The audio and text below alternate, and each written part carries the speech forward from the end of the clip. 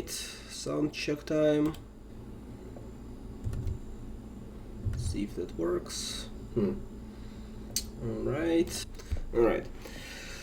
Hello everyone, welcome to the Vulkan streams. So we had a brief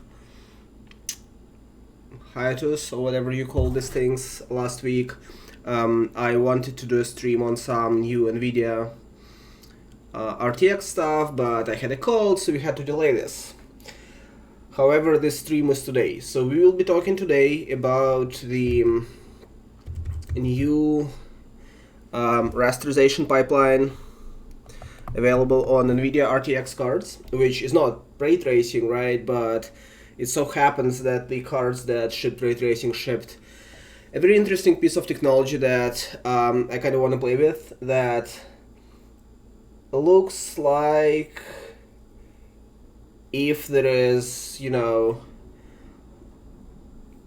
if other GPU vendors like this idea, if there's some standardization effort around this, then in some number of years, like 10 years, maybe this is the new standard and the new norm. So this is what we will be doing today, and I am hoping that today we will get to something that works, but probably is not efficient. And then tomorrow we will spend some time looking closely at how we can optimize this and whatever. So let me talk a bit about why I think this is interesting and worth talking about and worth trying and worth using. Oh, one note before I forget. So in theory, this technology is available for us and for you guys to use today if you have an RTX card. In practice, NVIDIA has not published a demo of this yet that's like an open source. There is an article about this, but there is no official sample, right? B, the technology is basically, as far as public is concerned, like 2 weeks old, right? The drivers are 2 weeks old, the support in the shader compiler is 2 weeks old, etc. So I'm expecting that we might hit more issues than we usually hit, but maybe not. Maybe it will all go really smoothly and it will be great. We'll see. We'll see how that works. So why is this interesting? So here's how, in this day and age, the rasterization pipeline on GPUs looks. So there's an input assembly. This stage fetches data from the vertex buffer. We went over this last time 2 weeks ago, and then we stopped using the input assembly for the most part, which was great. And then there's a vertex shader, which we wrote. And then there is a hull shader in DirectX 11 terms, or tessellation control shader in Vulkan or OpenGL terms. This is used for determining tessellation factors. So then there is a fixed function tessellation block that you cannot program. And then you have the main shader, or in Vulkan parlance, tessellation evaluation shader. And then there's a geometry shader, and then there is a rasterization. So then there's a rasterizer, which is fixed function, and then there is a fragment shader or pixel shader in DirectX terms, and then there is like some fixed function stuff like output merger that does blending. So something that may be obvious from this is that input assembly is also a fixed function stage. So everything that's not like wrapped in a square is a programmable thing, right? So this is separate from a compute, right? There is a separate pipeline that's compute shader. So as you can see, there is, before the rasterizer, there is 4 shader stages. A, that's a lot.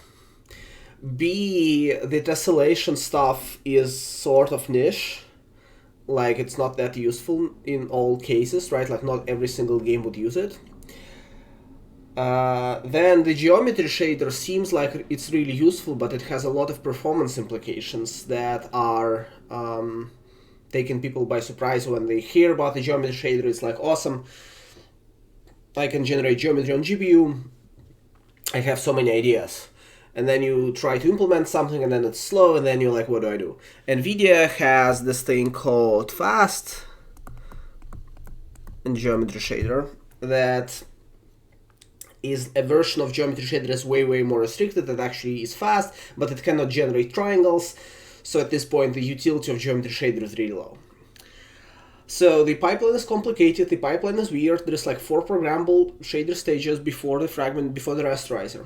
After the rasterizer, things look really simple, right? So for what it's worth, the DirectX 8 with pixel shader model 1 and vertex shader model 1 looked like this.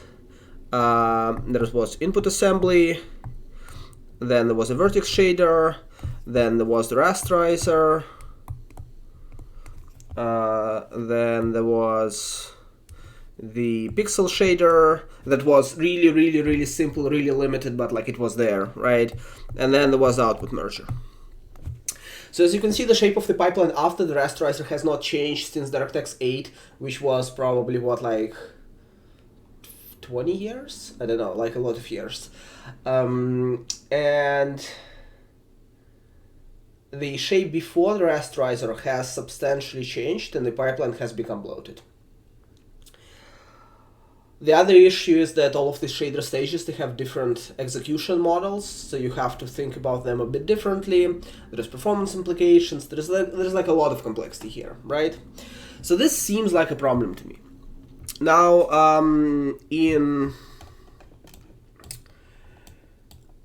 so this was basically DX8, and this is basically DX11 or 12 or Vulkan, or now there's the metal version that plus or minus looks like VS rasterizer plus an optional tessellation block. Wait, no, I'm not doing this right. Where is the tessellation in metal is before VS? It's hard to draw this on one, whatever. Let's just assume tessellation doesn't exist for a second. So metal has preserved the DirectX 8 style rasterization model. It does have tessellation support. It's integrated in a very different way. It's sort of like here, I believe, but it's like slightly complicated. The problem is in metal there are some features that aren't available, right? So like whatever you would use geometry shaders for, you cannot do. For example, like there's the question is, why would you want a geometry shader? There are some simple things that are potentially interesting, like in the era of stencil shadows, people use geometry shaders to do like edge extrusion. There's some stuff that you might want to do where like you're drawing fur on top of a creature, right? And for every triangle you want to generate like 3 quads on the sides that look kind of like this, and then there's a texture on these guys with fur, and then there might be an extra few layers of triangles parallel to the original triangle. So there's cases where geometry shaders, or rather geometry amplification, is an interesting idea. There's other cases where you want to look at neighboring triangles to do some things. So none of this is really feasible in metal without like doing things very differently in compute. These things are to a degree feasible in DX11, but they're either slow or clunky or whatever. So this is not great. We pay a large complexity cost for this rasterization pipeline that exists in DX11. it is not clear to me, and in fact metal designers clearly thought, that the cost of this complexity does not justify the benefits, right? Like, it is not worth it, so they did not ship. So, what's the new thing that people are excited about? And by people, I mean when NVIDIA announced this, there was a lot of buzz on Twitter, a lot of people were really happy, a lot of graphics programmers were really happy to see that this might be a thing. So the new thing is called mesh shading.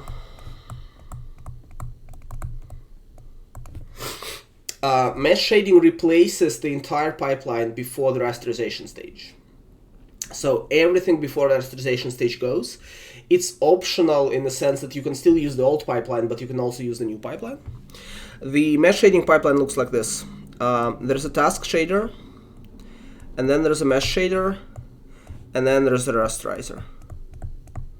And then the rest is the same, right? So there's like a fragment shader, and then there's like output merger that does blending.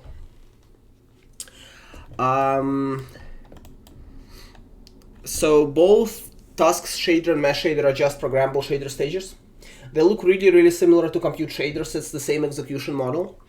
Task shaders can spawn mesh shaders dynamically, which is really interesting outside of rasterization as well, but right now it's only available for rasterization workloads.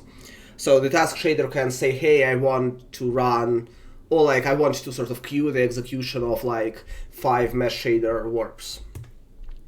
And then the mesh shader produces work for rasterizer in a somewhat more direct fashion than the vertex shader. So when the vertex shader produces vertices to the rasterizer, the geometry shader produces triangles for the rasterizer or some other primitives, but they are not indexed. So it's just like 3 vertices for each triangle, or it's a triangle tree, but like whatever. Mesh shader produces small sort of chunks of index triangles, otherwise known as meshlets. And you can think of meshlet as a tiny, tiny mesh. So it's a small mesh, it has some limit on the complexity, there is a limit on the number of triangles, a limit on the number of vertices, but it's a mesh with indices and vertices and whatnot. And how you generate these meshlets is completely up to you. You can do this dynamically, you can do this offline, you can do this however you want, you have access to neighboring data, you can do whatever. So it's like a really, really, really more extremely programmable version of the geometry pipeline. Task shaders are optional, you don't have to use them. If you don't, you just have the mesh shader. Task shaders are interesting when you do amplification of geometry that is not predictable, that's like complicated. Like for tessellation, you want to say, I want to have more geometry in these areas of the mesh, but less geometry in these areas of the mesh. And for these cases, task shaders might be interesting. There's other interesting cases for task shaders, mesh shaders, like if you want to do voxel terrain. If you want to render voxel terrain, traditionally you generate geometry like a triangle mesh on the CPU. You could generate with task shaders and mesh shaders in theory. You could run Martian cubes algorithm in the shader stages without any extra like memory or memory buffers required, and have that just work. So that is kind of cool. There is a blog post by Nathan Reed, mesh shader possibilities, that goes a bit into what kind of stuff is possible. So it talks about fur and triangulation, like, so I guess tessellation, right? And voxel meshing that I just talked about, right? And a bunch of other stuff. So the upshot is, whereas with the old rasterization pipeline, there were these really, really constrained stages, and there were a lot of them, but each of them is really constrained performance-wise or behavior-wise, that you have to kind of design your algorithm into. With the new thing, it's basically a compute shader that can generate triangles dynamically on the fly. I'm hoping that it's really fast. In fact, I'm hoping that maybe it could be faster for rendering the normal geometry, static geometry, than the traditional pipeline. I don't know if this is the case, but I'm hoping that tomorrow we might get to a point where our mesh shader version of the mesh renderer is actually faster for just static geometry, right? And that would be really cool. And it's much more freeform, right? You can design algorithms more freely, and there's a lot of possibilities. This is the second week of having mesh shaders. It could be that if this catches on, if people start experimenting with this, then in 5 years there will be a class of really interesting algorithms that were not that practical before, that task shaders or mesh shaders make practical and reasonably easy and really fast, right? There's some stuff that we know that we can do today. There's stuff like cluster calling that we will do on stream, just not this weekend, that is really easy to do, should be really easy to do with this new rasterization pipeline, and it's kind of cumbersome to do with the old pipeline because you have to involve the compute shader, you have to budget memory for the generated index buffer because you have to work with the constraints of the old rasterization pipeline. So this is kind of what we are dealing with, mesh shading. So Vulkan spec has been updated to include this as an extension, so we will be referring to that. There is an OpenGL, not OpenGL, GLSL extension and vMesh shader that we will be using to write a mesh shader. There is also an article, Introduction to Turing Mesh Shaders by Christoph Kubish from NVIDIA, who my understanding is was the main designer of this feature and/or implementer. I'll try to refer to this less because it has actual GLSL code, and I kind of want to write this code myself, but we will refer to this when we can't get through some obstacle, which might happen. I have not done this before. This is my first. I've had the RTX card for a few weeks now, for 2 weeks, but I have restrained myself from using mesh shaders or task shaders or ray tracing or anything like this, because I want to do stuff like that on stream for real, right? I have never worked with this technology before. I have no clue how it works. We don't have a debugger because, RenderDog doesn't work with that yet, and it's not clear how it should work with that. Everything is really raw. There might be bugs everywhere. There will definitely be bugs in our code. Who knows how that's gonna work out? But that's kind of what's fun about this.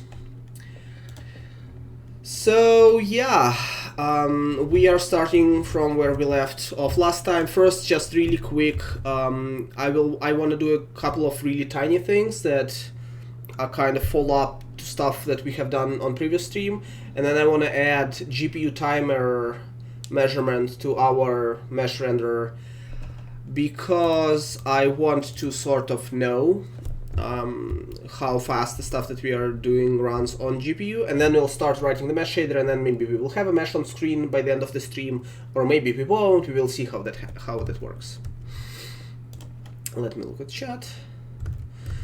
Are there any high-profile uses of tessellation shaders behind just auto LED? I mean, I think people basically have been using tessellation for tessellation, right? It's not actually very useful for auto LOD in the sense that tessellation is not that interesting when you're dealing with, here's an arbitrary mesh, I wanna make a really coarse LOD for that mesh, and then I wanna tessellate up to get to the original.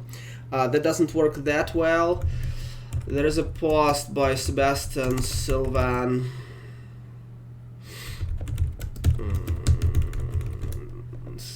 Yeah.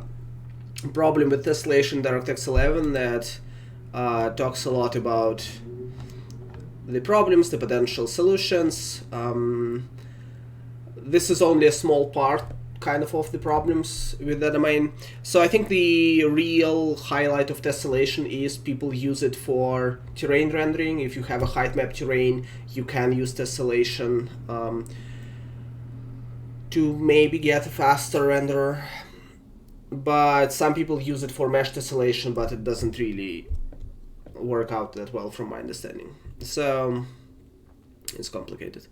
And so remember, the tessellation version that's in hardware, that's in DX11, it's like hardwired algorithm. You can customize certain things, but fundamentally you cannot customize the tessellation patterns, which means that you are locked onto a specific implementation. With task mesh shaders, I'm hoping that it's possible to implement something like that, and then change the rules of how the tessellation works to fit your use case better, right? So it's more programmable, generally speaking, is good. All right, so quick cleanup stuff. Oh, first, so I set up my computer to enable the Intel GPU. So I now have two GPUs, GeForce and Intel. Unfortunately, our algorithm by default selects the GeForce one because it's, the faster one. It's the non-integrated one. Unfortunately, I was hoping to show you guys that I can just switch between these, but if I change the selection rules to use an Intel driver, then an Intel driver crashes on me. So I guess, I'm not sure why. Yeah, so if I run this in debug, the Intel driver crashes. I've reported this bug to Intel. This is because the monitor is plugged into the GeForce card, but I'm trying to render with an Intel card. If I replug the monitor into the Intel card, then I can render with both, and our code works. But I don't wanna kind of keep my system in this state, so I've reported the bug to Intel. But we do now have two GPUs in the system, so whenever Intel fixes this bug, we will be able to actually run our code on both and compare.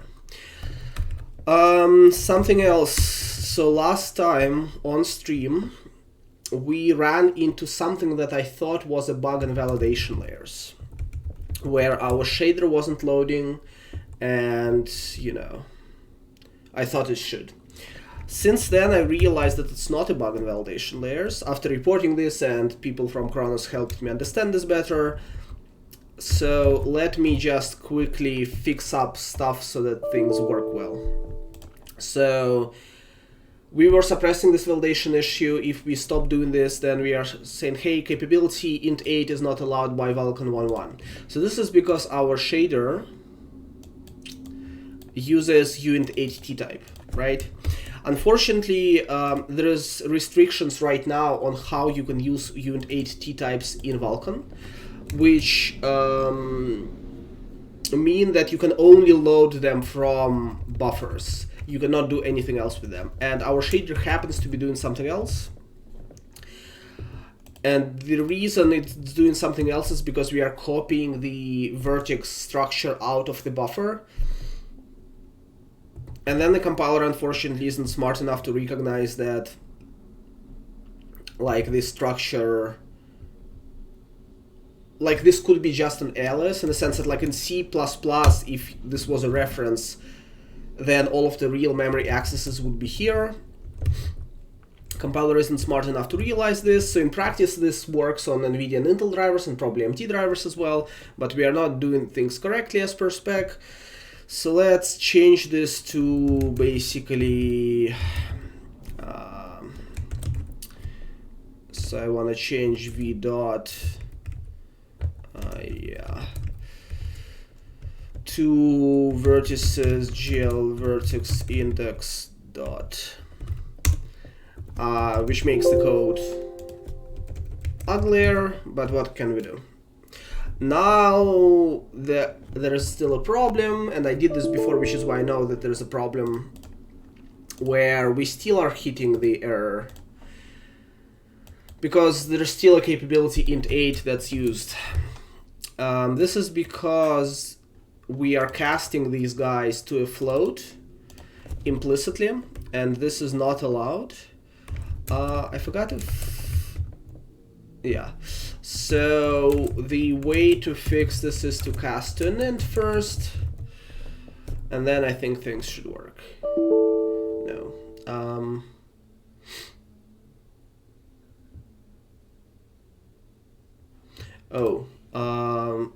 Now we are hitting another thing. Interesting. Oh, was this the thing that I already reported? Hold on, let me see. No, this was non-writable. Interesting. This is new validation layers. So it's saying that shader requires uniform and storage buffer 8-bit access, but it's not enabled. I thought we are enabling this. 8-bit. Oh, what? We are enabling... Wait. What? So we are enabling storage buffer 8-bit access, but not uniform and storage buffer 8-bit access. Is this another bug in validation layers?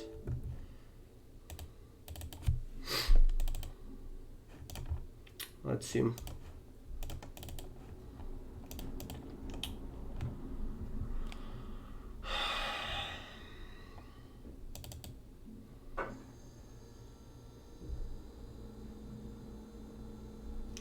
Oh, what? Maybe this is a bug in GL slang. So the int cast, by the way, is a bug in GL slang. I reported this.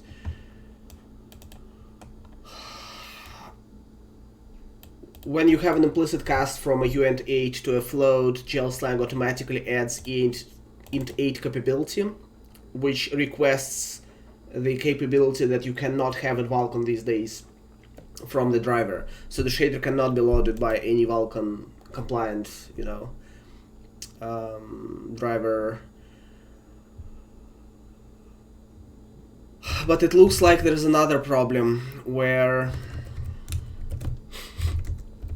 we didn't even start doing mesh shaders yet, and we are already...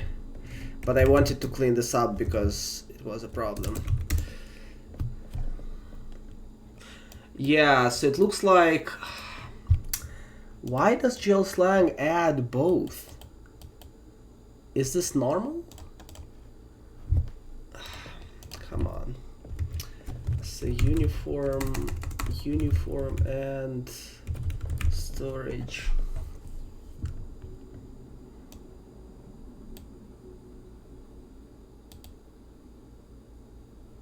Right? Why does it add both? Okay.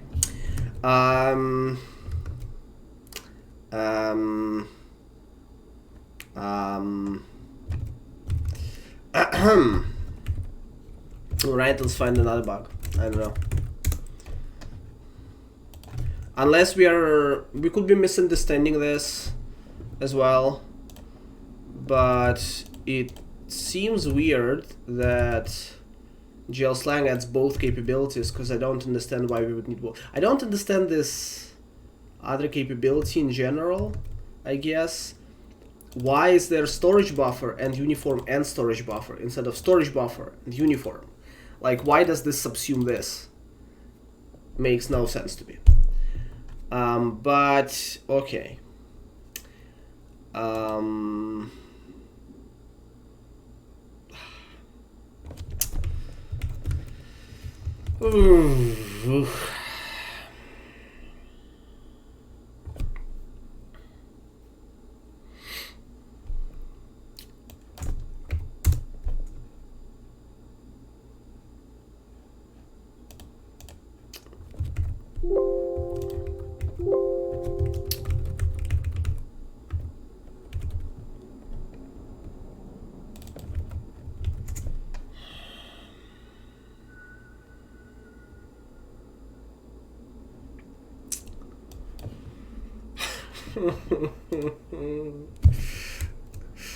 Okay, here it is.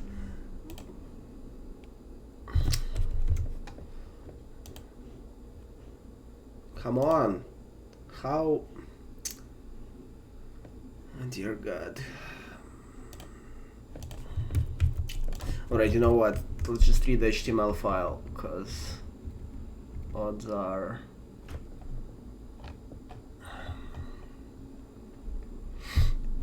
No, okay. How do we download?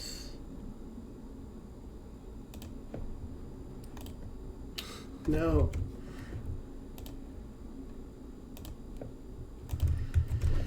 All right.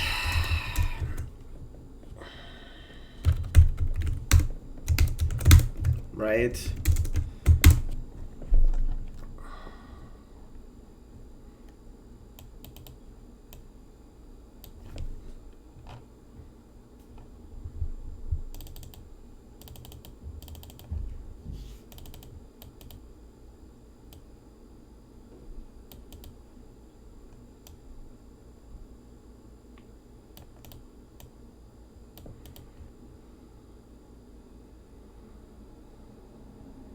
So it looks to me like this one enables a reading from storage buffer and 8-bit types in storage buffers, and this enables 8-bit types in uniform buffers and storage buffers, but not conversions.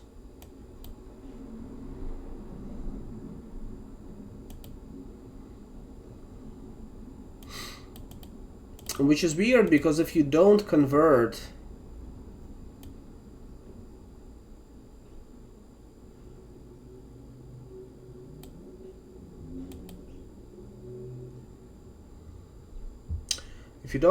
it to an int. Oh, wait, no, this is, I see. You may be able to convert an 8-bit to a 32-bit int regardless. Right, so this is confusing, but I don't understand why we need this one, because we are not using... Right, so I don't want to file this right now, because this is a stream about the mesh shaders. This looks like a GL-slang bug, or like just everything is messed up bug. Let's just enable this for now.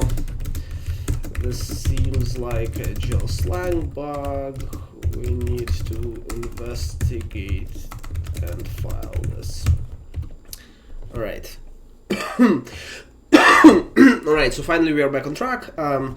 Everything works. Let's see if... Oh, the other thing that we forgot to do is when we enumerate the physical devices, it's theoretically possible, well, it's very possible that we have like an Intel adapter and an NVidia adapter, but say the NVidia adapter is really old and does not support Vulkan 1.1, and Intel 1 does. So we need to say that the device has to support 1.1 as well. So that's a thing. There was also a problem where if you resize the swap chain to be empty, then it didn't work. Whatever. Alright, let's just keep this for now. Alright, the code works. Let's commit this briefly so that we don't... day 5, I guess, right? Fix validation issues properly. We also might have hit yet another GL-slang bug where it adds a capability to this shader I don't think we use. But I may be misunderstanding this because the capability is just weird. Like, why is there a storage buffer capability separate from uniform and storage buffer? Makes no sense to me. But, you know, what can you do? So now let's quickly add GPU timing, and then we'll actually start writing the mesh shader code. I suspect we might not get to... You know what, let's ignore the GPU timing for now, then we have a chance of getting something on screen, and then build the GPU timing next time. So let me close that, close this.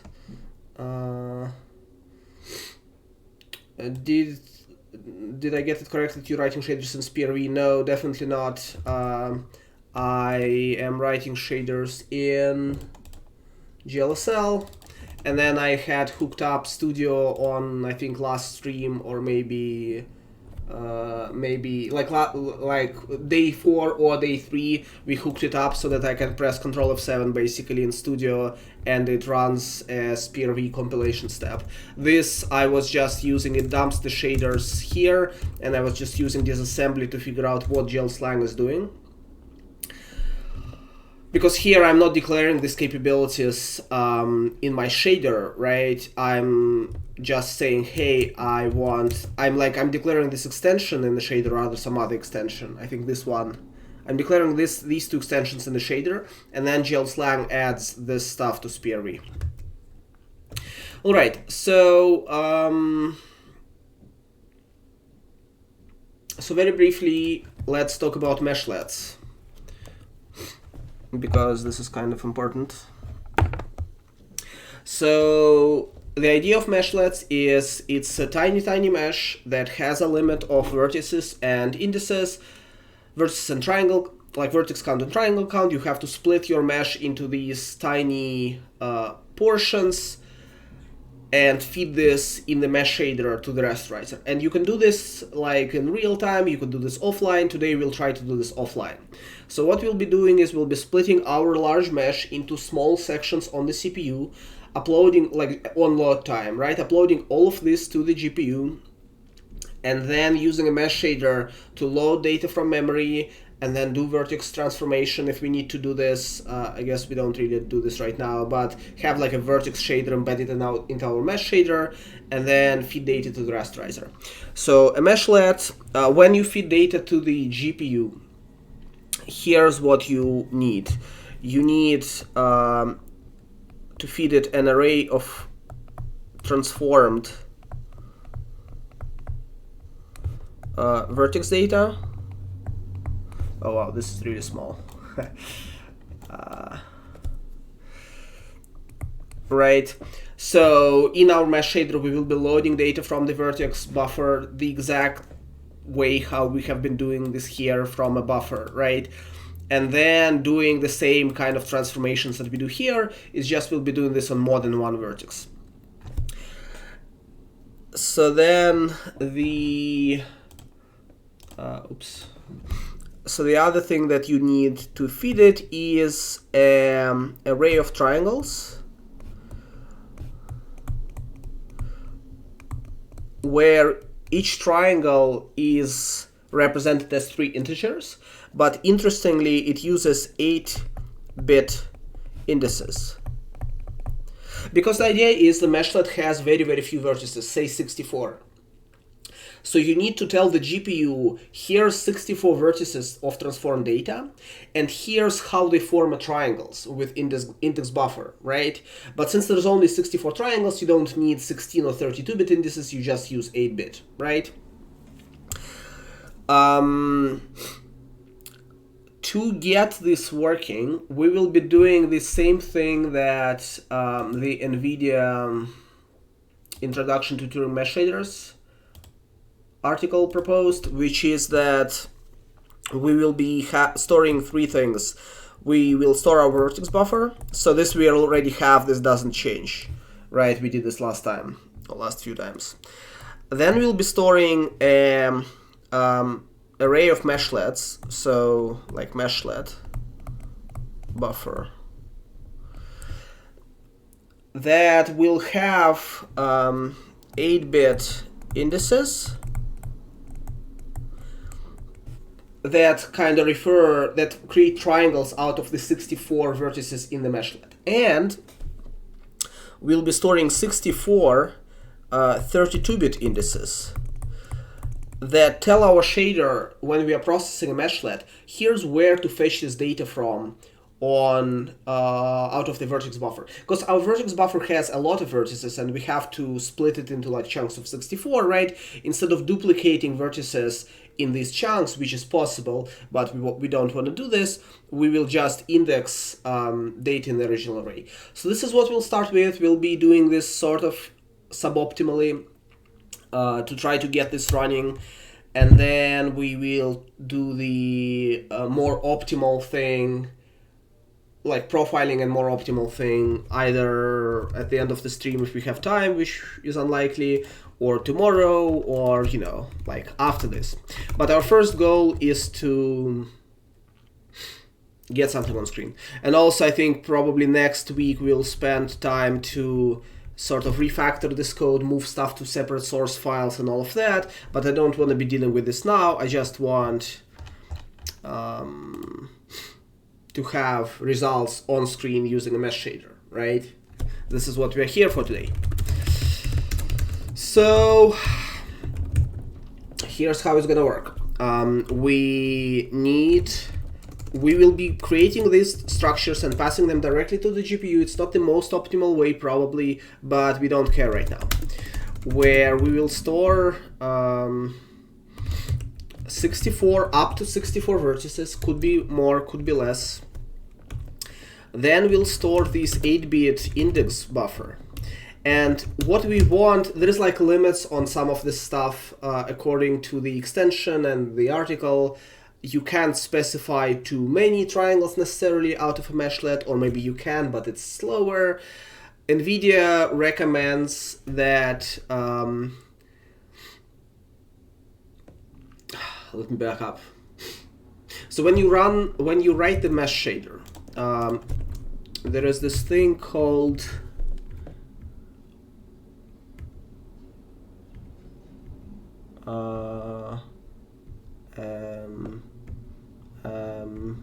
damn it, what was it? Right here. So when you write a mesh shader, basically you get inputs that mostly just are compute-like inputs. So this is stuff that you would have in a compute shader. This is some NVIDIA-specific like multi-view stuff that we aren't going to use. And this is the only thing that the mesh shader outputs. It outputs a number of primitives, indices. So this 8-bit index buffer that I was talking about, it has a type uint, but I think in hardware this is 8-bit. So they might be working around weird restrictions that GLSL has for 8-bit indices, same way as we are. And you have to pass for each vertex that you are outputting position and whatever else you might want to output, right? And then you can also output per primitive data. We are not going to be doing that today, but this is convenient as well. So this is a bunch of 8-bit indices. This is also an 8-bit number, right? Because you can't have too many triangles anyway, so this is 8-bit. So NVIDIA recommends, NVIDIA's hardware seems to have a fixed size buffer of 128 bytes for both of these, which means that you can store up to 127 indices here, and then one number here, right? But 127 isn't divisible by 3.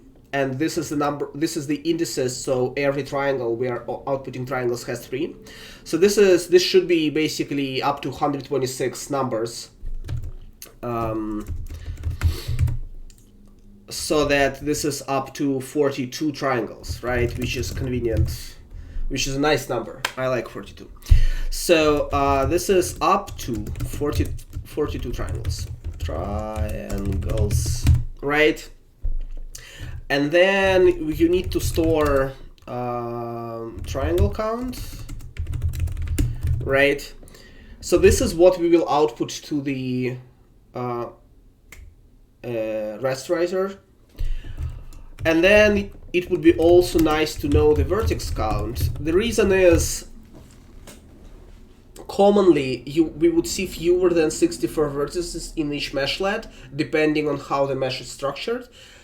This is why this is not very efficient. Like right now, we will be, for each meshlet, we will be burning 64 times 4, which is like 256 bytes of index data, even though a lot of this data might not be used.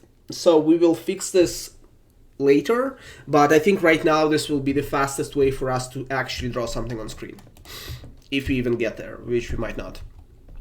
So we want to generate an array of these guys, and then these guys index into these guys, and then these guys index into these guys, right?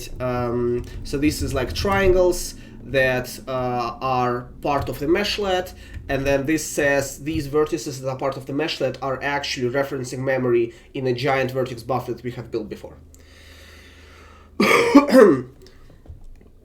So then the other thing that's important is when you're building this structure, you might want to have your mesh optimized in certain ways, according to this beautiful comment. We are not going to be doing this today, but we are probably going to be doing this tomorrow. So today our meshlet construction might be suboptimal. Anyway, so you know, meshlets, and then let's write a function.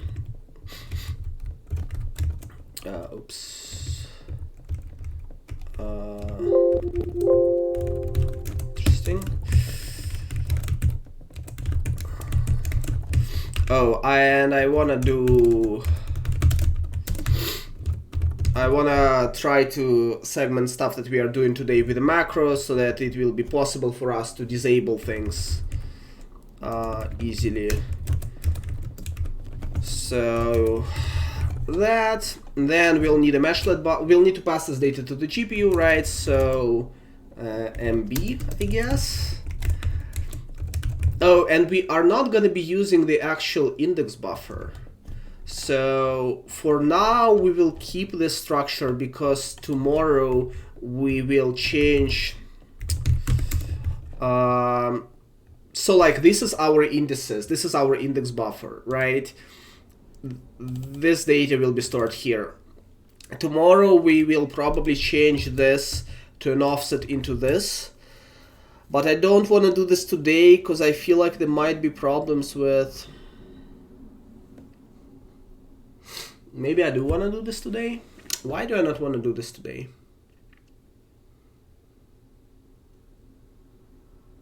Yeah, you know what? Let's maybe just do the right thing, because... Like, I don't know if we'll get to... We might not get to something that renders today anyway. Because we'll have to write some C++ code. So maybe I want to just do the more correct thing anyway. Yeah, no, you know what? Let's just, yeah, for now, let's not use this guy, and then tomorrow we'll come back. So, right, so I want to upload all of this data. Oh, right, yeah, so we... Oh. This is broken. There should be... We have stopped using the vertex bufferness of this buffer. This should be buffer usage storage buffer bit. But there is no validation error for this. Oh, wow. I think this is another bug in validation layers. This should have been flagged by validation layers, but wasn't. Bug. So won't spend time reporting this because we are in a hurry, but we'll have to report this bug. Maybe tomorrow we'll spend time, or maybe today after stream I'll just report this stuff. Because I think this is a bug. And I think it should have been caught. So, right, meshlets.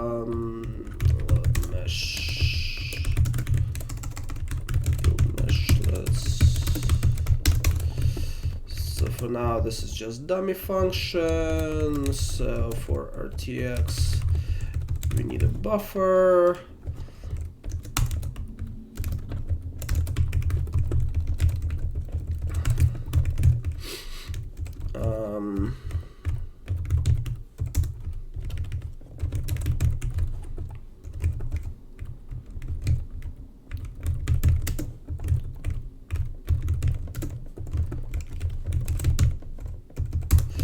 Okay, so then we will need to pass this data to our mesh shader.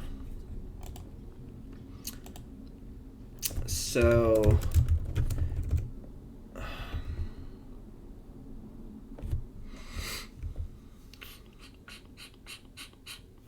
yeah, so basically we just need like a completely separate thing here. So right now we will be passing 2 buffers.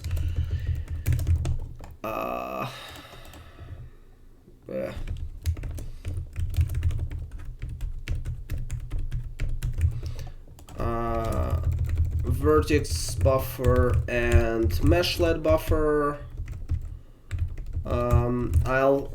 At some point we'll start refactoring this code. This might be as soon as next week. Yeah, I think next week we might just spend the entire weekend just like cleaning things up and making things nice, because, you know, we've been rushing through trying to make progress, which has been good, but the code becomes ugly once you do so. All right. Yes, there's that. So then we won't need the index buffer because we are not using the index buffer. We'll be just using the mesh shader. And then we need to call a function called cmd dispatch mesh something. I don't remember how the function is called. Draw mesh tasks NV. So NVIDIA has sort of support for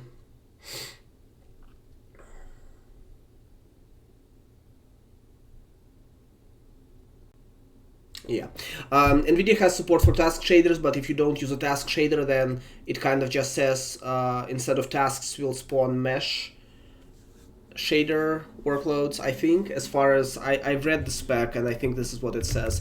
So I think this should just say that we will spawn a warp which runs 32 threads on the GPU for each meshlet. So this will be meshlet size, and it's uint32t. Alright, so, and everything else will happen in the shader, right? So the other thing that we need to do like a lot of stuff. I will just start trying to sort of pummel through and write code that I think might work, and we'll see if we get there. So the other thing we need to do is we need to create our mesh shaders, right? So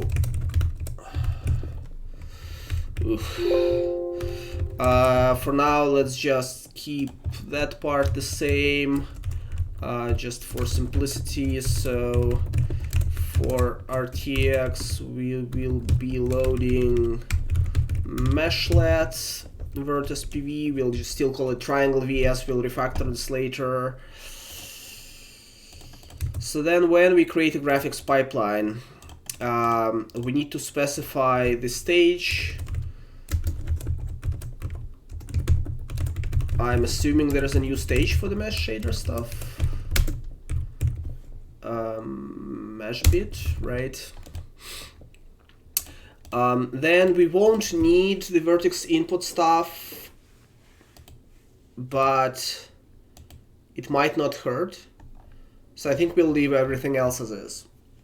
So we'll obviously need to write a mesh shader. Haven't done this yet. What else do we need to do? Oh, one other thing we need to do, which we'll need to refactor this. So next weekend we'll do that. But right now we are hard coding the inputs to the shader. And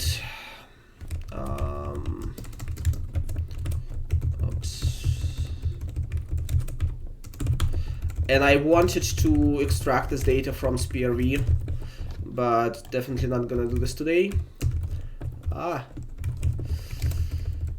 So we will be using 2 storage buffers. One is for vertex data and one is for meshlet data.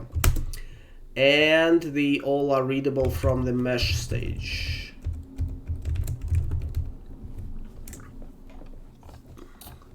Alright, so we create the shader, we create the layout that says that it needs 2 buffers. Then we pass two descriptors to the shader, and then we run the mesh shader. So that should be enough. The other thing that we need to do is we obviously need to enable an extension.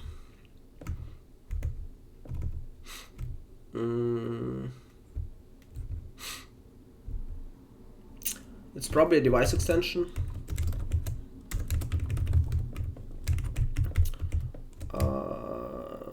Mesh. VKNV mesh shader extension name. It should be device extension because it's, yeah. Let's look at stuff that we also probably need to explicitly request the fact that we are gonna use that stuff. So that's useful. So this is where I talked about this last time. We need to be enabling some of these features. There is like some structure chaining here going on. Let's just, what was this, like mesh shader features NV? Features mesh.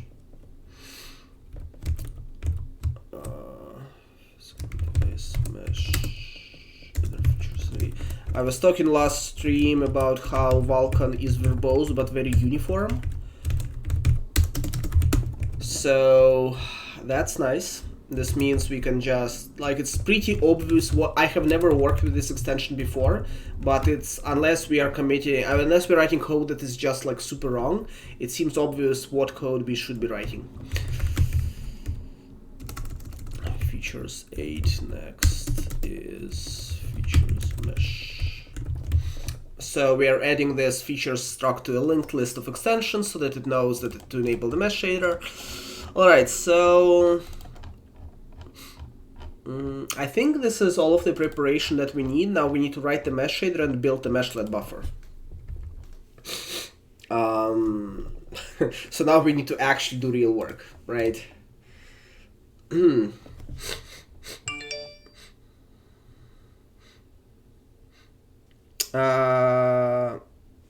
For one of my if, I wrote ifdef. I think I fixed one, but let's check. Oh yes, there is one more.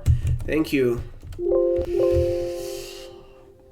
What's that photorealistic render tab? This is the PBR book, which I have read small parts before on paper, but it's now free, as in completely free. It's a great book. It's a fantastic book. It has won an Academy Award. It's a really good book. Also, Matt Farr has a series of really nice blog posts about like rendering Disney's Moana scene in their software, in this like renderer. So yeah, so this is a good book, but this is like software rendering with ray tracing, like path tracing of really large workloads. But yeah, I kind of started reading this casually. You can see I didn't get very far. Alright, so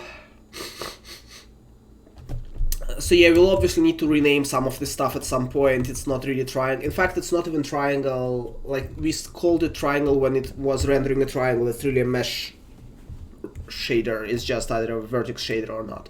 Alright, so let's just generate this stuff, write the mesh shader, and hope this stuff works. We have an hour left. Or like an hour and 10 minutes or whatever if I go a bit over. I like to do about 2 hours of coding. So, here's what we need to do. We will be doing something really simple. We will go through our index buffer one triangle at a time, and then accumulate vertices up until we have up to 64, and then accumulate triangles up until we have up to 42, and then generate the meshlet and then move on. This will work really well if our index buffer and vertex buffer, for vertex buffer doesn't matter too much, but this will work really well if our index buffer is really local. It is not right now, we are not optimizing it very well, but it's fine, the code will work, it just might be less efficient, right? We will not have time today to do GPU timing anyway, so the good news is if the code works, we will not even know how inefficient it is, which is awesome. Ignorance is bliss. So how are we gonna do that?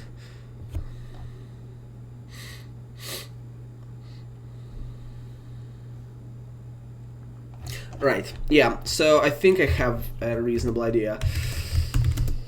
Alright, so let's just say that we have a current meshlet, and then we will have a vector of like meshlet vertices or something like this, that for each vertex in the... By the way, I'm planning to have some of this code available in my mesh optimizer library that we are using here. I just... this will happen later, right? Dear God. Where? Yeah, okay. So we will initialize this guy to -1. -1 will mean we are not using this vertex in the meshlet. Every other value will mean we are using this vertex in the meshlet, and this is what the index in the meshlet buffer of this vertex is. So then we will go over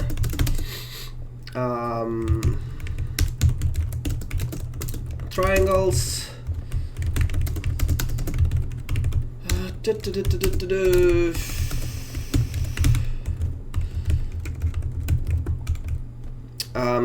Then we'll need to look at the triangles and say, hey, do we need to add something to the meshlet?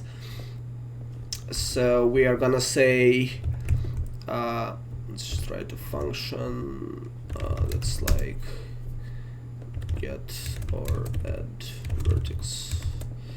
That takes a meshlet and then takes... Oh, but it needs access. You know what? Okay. Functions are overrated. So AV, let's say, is meshlet vertices of A. If AV is FF, then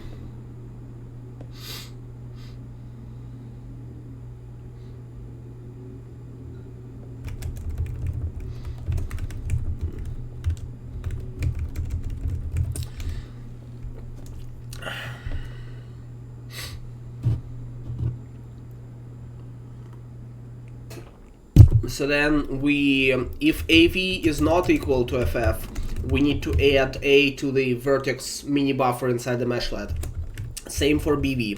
The problem is there's a limit of 64 vertices in the meshlet, and if we are at like 62 vertices and we need to add 3 more, we are overflowing. So we kind of need to know this ahead of time. So if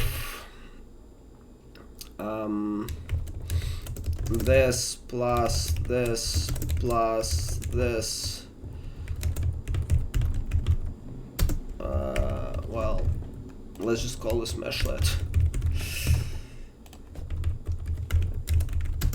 So if once we add all of this stuff, we go over 64, we need to flush the meshlet, so we need to add the meshlet to our list, and we need to reinitialize it with an empty meshlet again, right? So after this, we can just say that we add a vertex to a meshlet one at a time. So this might be better as a function, but we won't bother for now. So if the vertex is not... Wait, sorry, hold on. This should be all right. So then if the vertex A is not in the meshlet yet, then we need to add it, right? So we are gonna do meshlet vertex count plus plus equals A.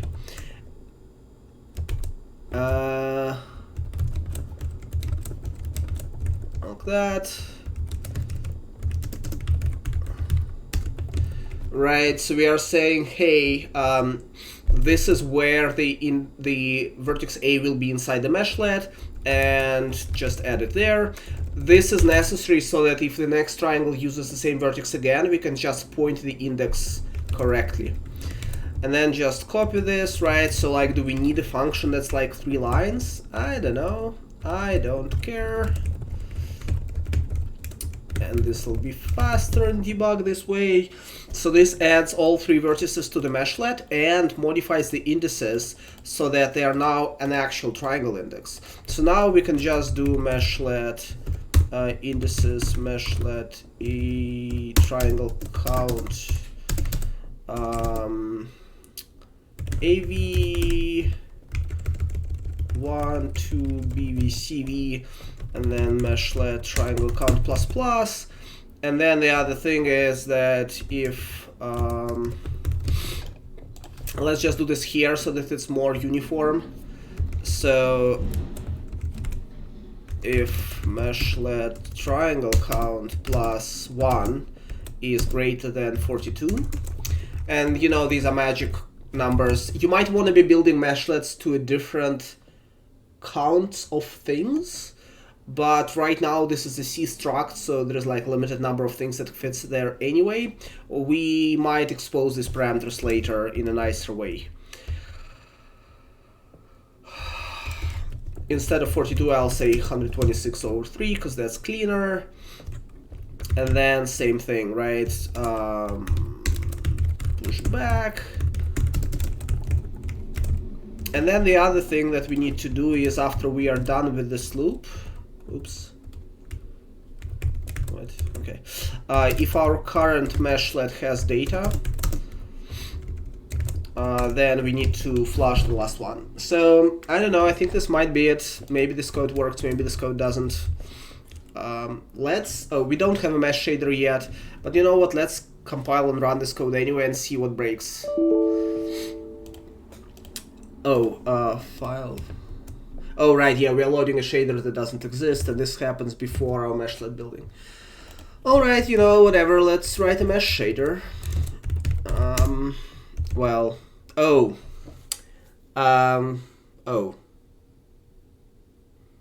This could be a problem.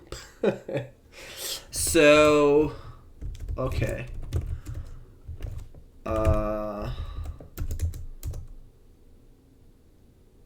Okay, maybe it's fine. It looks like it might be fine. Yes, okay, thank God. I was really worried that GLSlang did not add support for these dot extension .glsl for mesh shaders, because mesh shaders are really new, but GLSlang has us covered. Thank you, GLSlang. Alright, so now we just need, our mesh shader. This is a mesh shader, it just doesn't compile because this is our vertex shader code, and it says that the type of the output variable of the color must be an array, because remember, vertex shader outputs one vertex and mesh shader outputs an entire meshlet. So obviously that has to change. Let's add this guy here.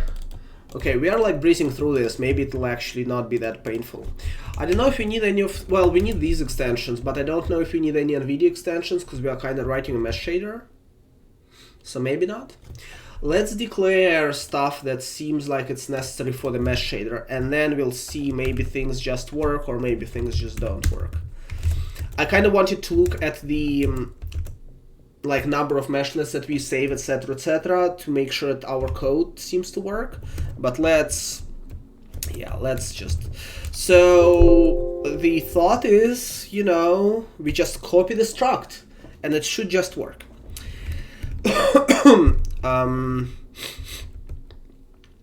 So we need to output multiple color values, and we also need to output multiple position values, but I think this guy is there was this GL mesh vertices NV. So I think instead of position we say basically GL mesh vertices NV of something dot GL position, right? But alright, so here's our meshlet. Then we need a buffer of meshlets. Meshlets, right? And once again, so this guy points into this buffer. This is how we will know what vertex to fetch. This guy just points into this buffer, and we will feed this to the rasterizer so that the rasterizer knows which triangles to draw. And that's gonna be the end. Now, we need to specify some things when we declare a mesh shader. And there is a... This stuff should be here. So one thing that we need to specify is the... So I really didn't talk about this at all. But mesh shader is essentially a compute shader. The way compute shaders work is when you write a compute shader, you say, this shader will execute on, say, like... Do I really want to go into this? It's kind of hard to explain because the compute shader model is slightly complicated. It kind of takes getting used to. It's kind of simple. But okay, so basically when you're running a compute workload, you are saying, like we said here, meshlets size somewhere, right? Not here, here. So we are saying, let's spawn this number. So maybe like, let's spawn a compute shader invocation or a mesh shader invocation rather for each meshlet, right? However, internally, the GPU will want to run not one thread of execution per a meshlet, but more than one. AMD likes to do things in wave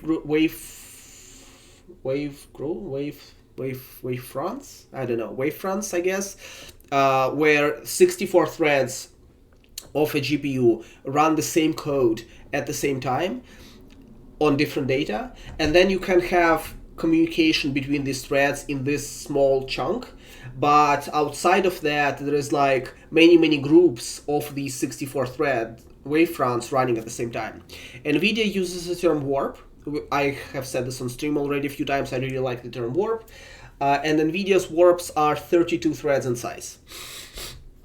So for NVIDIA, what you want to be doing is you want to say, hey, for each meshlet, here's a thread group, a warp, rather, that has 32 threads inside it. 32 threads will churn through the entire meshlet, so they will try to process vertices in parallel and copy indices in parallel and do everything in parallel. And then as a result of this warp, you'll get one meshlet and feed it to the rasterizer. And this is why the meshlet stuff is slightly, the mesh shader stuff is slightly, it's like it requires the same kind of thinking that you would have when you go compute, whereas rasterization with vertex shaders and fragment shaders comes from an old age of we don't know and we don't want to know how the GPUs work, but we kind of pretend like they are just parallel devices where they can run like hundreds of thousands of threads. Whereas in reality, they do run hundreds of thousands of threads, but these threads are organized into these units that are called warps on NVIDIA. So we need to specify that this is gonna happen. Also, apparently, we need to specify that we are rendering triangles and that we can output up to 64 vertices and 42 triangles, right?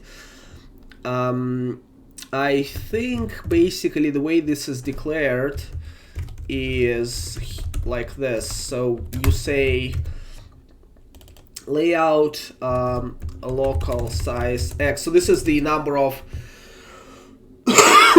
threads inside a warp, inside a mesh shader that will process one meshlet. So we'll go for 32. We could go for 64. In theory, we have 64 vertices, up to 64 vertices, so one vertex per thread sounds nice. The caveat is that I'm expecting that for many warps, the number of vertices will be small. In particular, here's what I'm expecting. So for really good meshes, for like perfect meshes, if you have a giant grid, you have you can have n triangles and n over 2 unique vertices, right? So the number of, and this is kind of what this is. So you have n triangles, you have 3 times n vertices, right? In the sense that each triangle is 3 vertices, but many of these are shared. So in a perfect world, you have n over 2 unique vertices. Now, the world is less perfect, so in practice, you get between that and that, I guess, for many meshes. There are degenerate cases, like games like Minecraft and Roblox actually run into more or less degenerate cases where a lot of stuff is built out of blocks, and blocks have like 12 triangles and 24 vertices. So it could be worse. So it could be like this, right? Or like this. But realistically speaking, for high poly game meshes with smooth shading, this is what you're gonna get. Which means that for 42 triangles, we are gonna get 24 to 42 vertices on average. Which is not gonna be super great for our 32 vertex warps.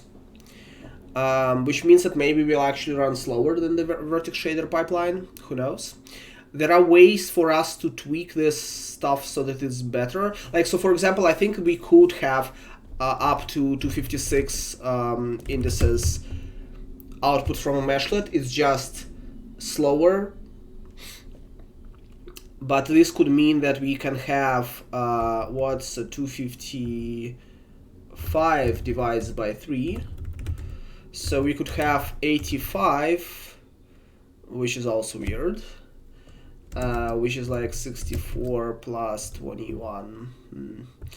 Oh wait, why 64? Hold on, never mind. Right, yeah, okay. So this is 32 plus. So this is might be better for GPU utilization for the vertex shader stage. So there's like numbers here to play with, but maybe it won't be that bad. We shall see. We shall see. But point being, if I use 60, since I'm expecting like around 30-ish vertices on average. Oh, it actually might not be that bad. I think NVIDIA might have this like half warp thing. We'll see, whatever. I don't want to go too much into details of how NVIDIA hardware works, especially because I don't really know. So it might not be that bad, but I don't want to have 64 threads. I want to have 32 threads because 64 is too much. So, and then the Y and Z stuff is when you write a compute shader and that process images, you might want to have like a square grid of threads, but we don't want that. So then we need to say that we are outputting triangles. And I think this should be, yeah. And then we want to say that we are outputting max vertices 64 and max primitives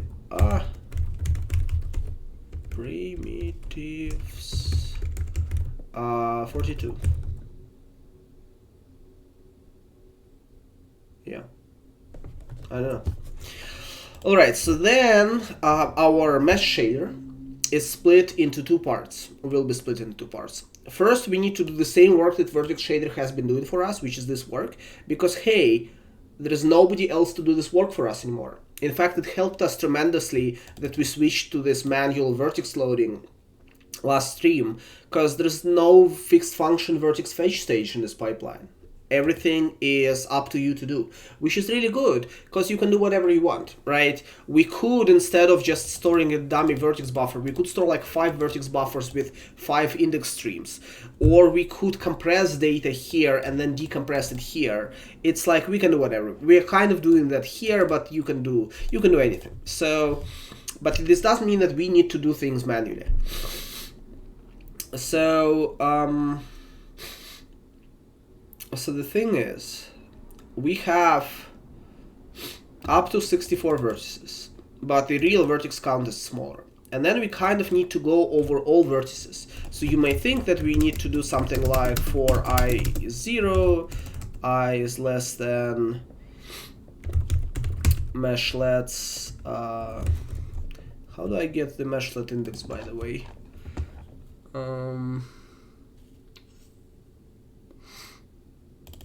So I think this guy is gonna tell me the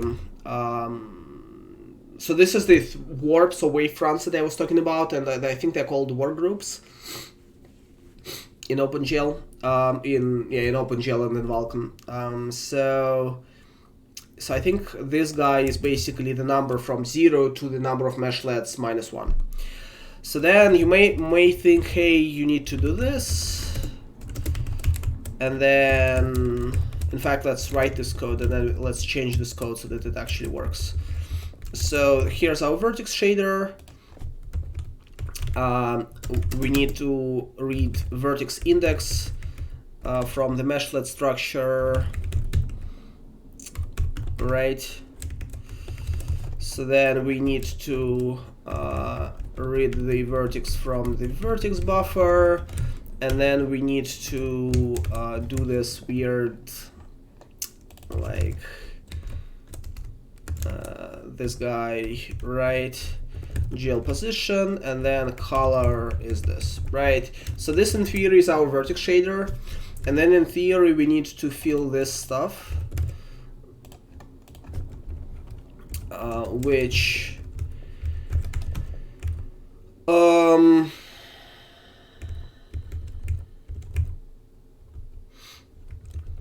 this one is interesting because I have 32 threads. Okay. As I said, I have never done this before, and I have skimmed the spec.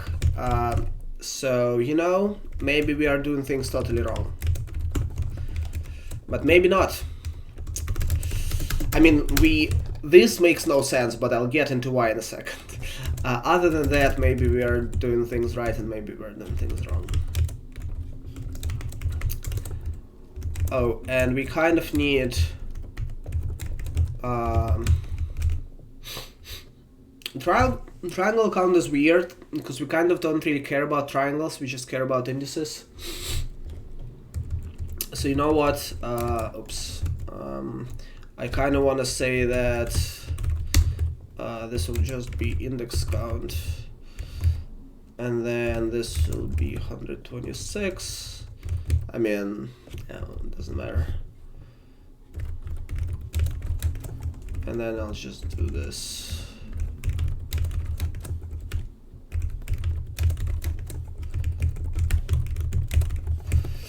All right. So yeah, and then we just want to say, hey, just copy this data, right, into this buffer.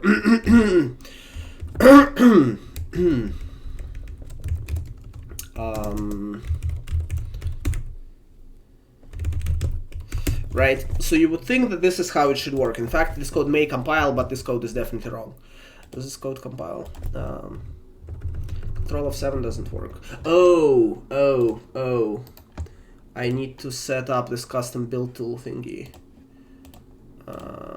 on this file. Okay.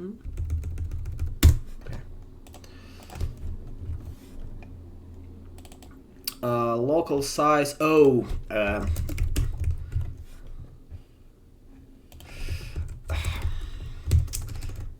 So yeah, like some of these things in GLSL are kind of weird. Oh, what? Okay. 23. Oh, it would be so nice if there was a unit 32 T-type in GLSL that just was the same as uint, because this is what it is. But no. Alright, we do need to request GLNV mesh shader,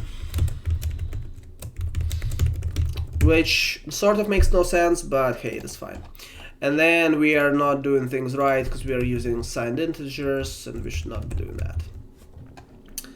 And then things still don't work. I see. Okay, yeah. Yeah. I'm scared to just copy, like, so I don't copy the meshlet structure locally into a local variable, because as we have seen last time, this thing is just broken. Or not last time, like today, right? Well, sort of today.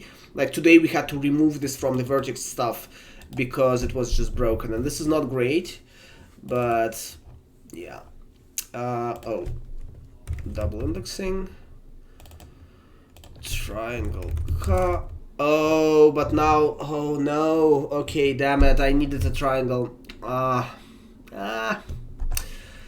Alright, fine, let's undo all this. I don't want to, I could like divide by, you know what, whatever. Let me divide by 3 in the shader. It's not super great that I'm doing this, but, oh, and it should be like a UN division. But it's not too terrible, because, yeah.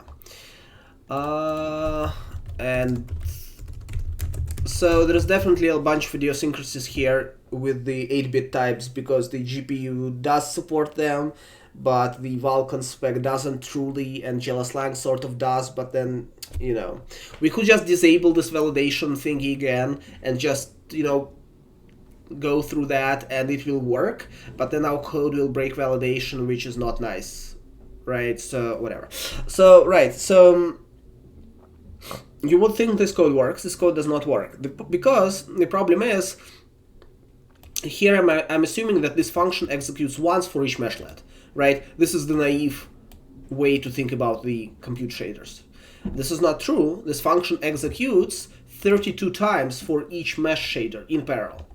And if I don't do this, oh, I wonder if this will work. This is a really terrible thing to do, but okay, maybe this will work.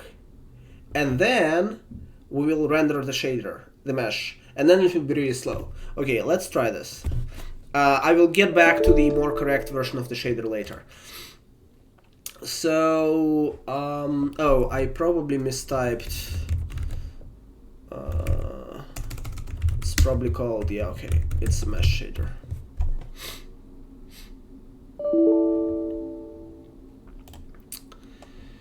All right, let's see. Shader uses descriptor slot, but descriptor not accessible from stage shader stage mesh bit. So this means that we are not. Is this when we draw? Oh no, this is when we create the pipeline. Huh? So this means that we didn't set up the like graphics pipeline correctly. Let's see. Really?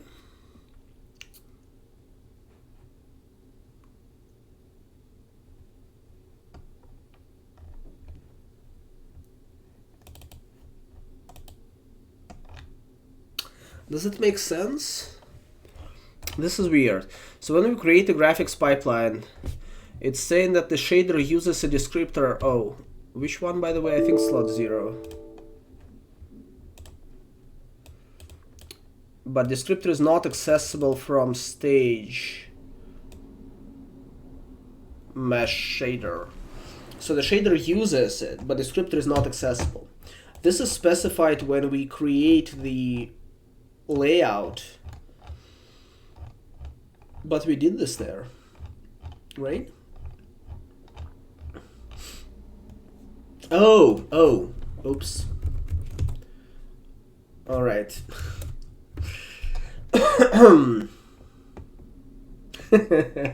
All right, so you know, this is our first mesh shader. Remember, we are doing this weird thing where we are not the hell we are not doing, like we are using one thread in the mesh shader, which is really bad idea for performance. And I don't know if the spec says that it should work or shouldn't. And you can see that this mesh so there was like a kitten here, right? In fact, oh, and we forget to destroy something. Do we? Oh, device memory. Yes. This is true. This is why I don't wanna, you know, mess with validation layers too much, because they're useful. So yeah, let's see if our RTX off path works, because maybe we've broken. Yeah, okay. So you can see this is how the kitten looks without mesh shaders.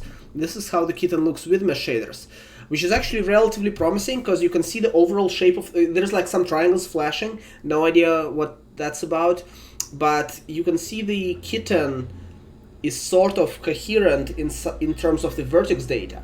So we might be transforming the vertex data relatively properly, but you can clearly see that the indexing structure is just not working out, right? Like the indices are just completely broken. This means that either we are not generating them correctly or we are not copying them correctly inside the mesh shader. Alright, let me pause and look a bit. Are meshlets supposed to be roughly contiguous chunks or just random scattered triangles? You should have contiguous chunks. If you don't have contiguous chunks, you will have poor sharing between vertices. Poor sharing of vertices between triangles. So we right now are not optimizing our mesh for contiguity, right? We will do this next time. It shouldn't matter for the correctness of the algorithm, but it does matter for performance.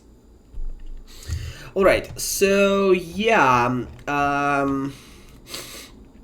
this is really good, okay? I was really scared that we'll just get either a driver crash or some crash somewhere else, or just like blank screen and then who knows what's happening. But this is really fortunate because, you know, something's broken, it's fine, we can debug it. So let's look at this, okay?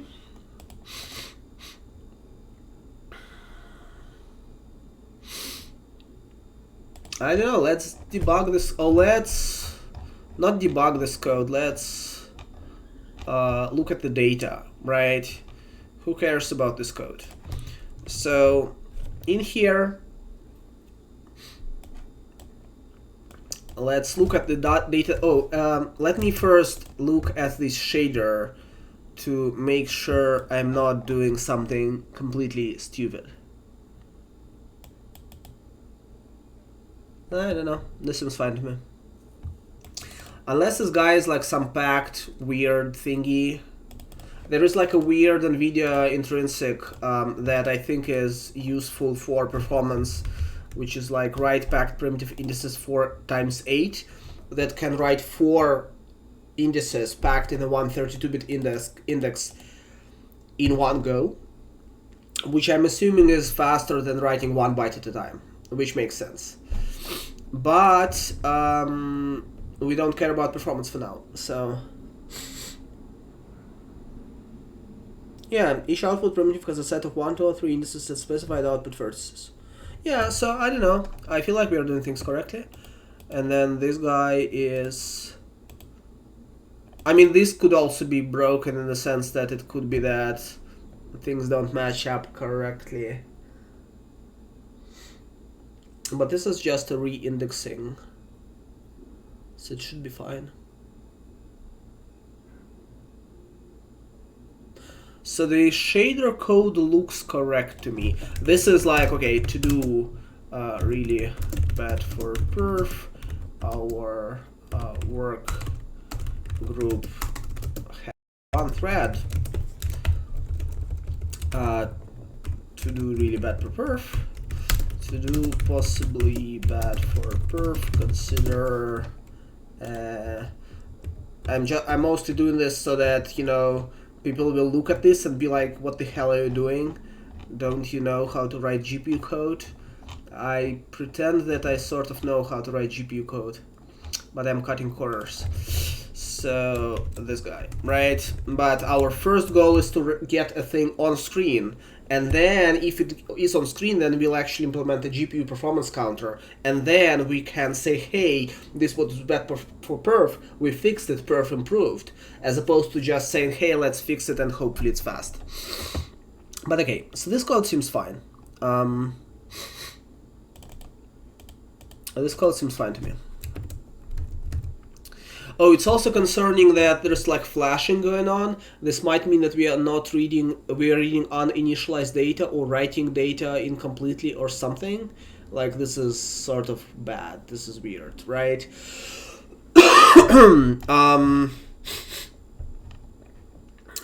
So yeah, I mean,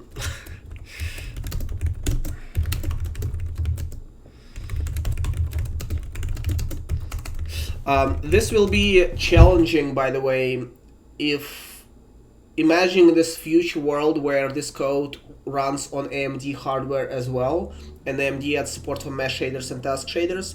AMD's wavefronts are 64 wide, so you have to repack the data so that you can actually process this in 64 threads, or have per GPU something. So this might be challenging for portability, but it seems possibly doable. I don't know. Oh, max primitives 4. How did that happen? This was supposed to say 42. This was I fixed. Maybe this is the problem. Is that the problem? Okay, now. Yeah. All right. I'm assuming it did compile.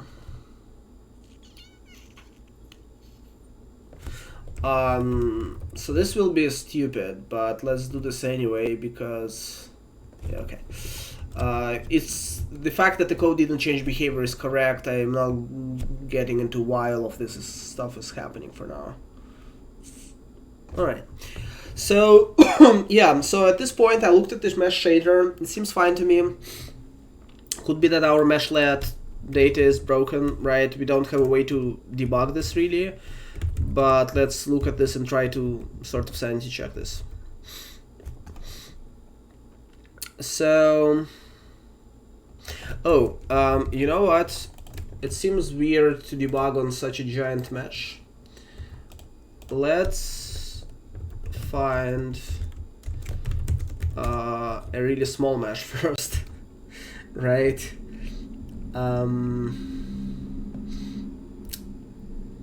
Like we could render a quad, but that probably will not have bugs. Although maybe a quad will have bugs. Let's render a tetrahedron.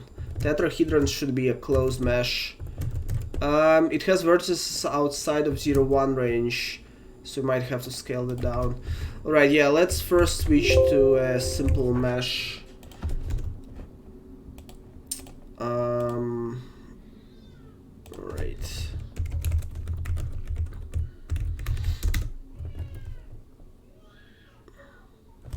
Yeah, so this mesh is too big, it's like outside of the screen. And I could like scale it down. Let's render an icosahedron. It's still pretty simple and it should probably fit on screen. Alright, it's still clipped a bit, but you know what?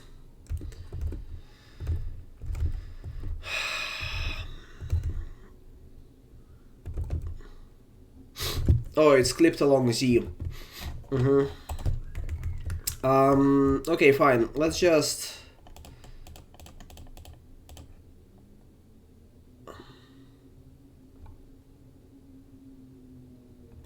Yeah.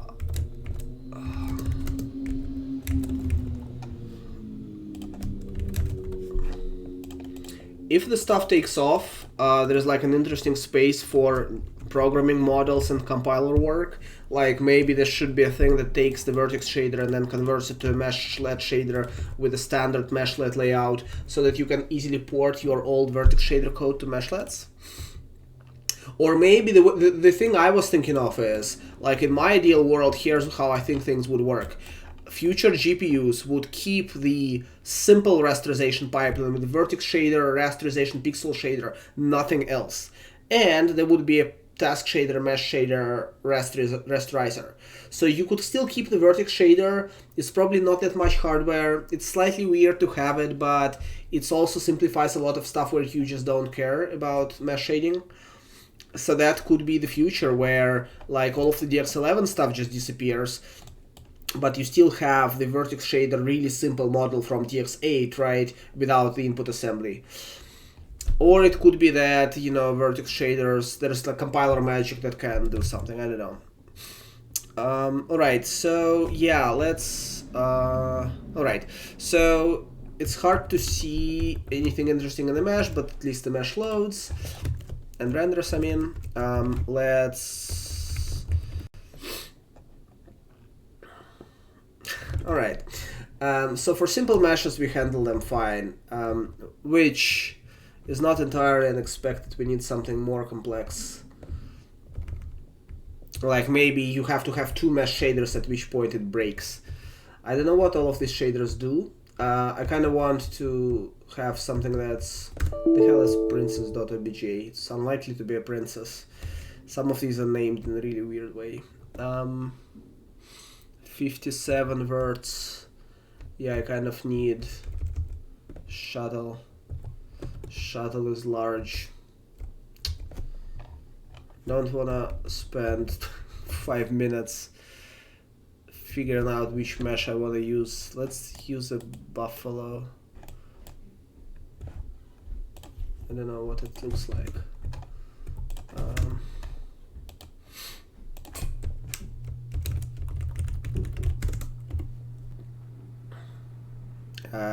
It's really small. Damn it, alright, let's just multiply. I like multiply it on CPU because we have 2 shaders, right?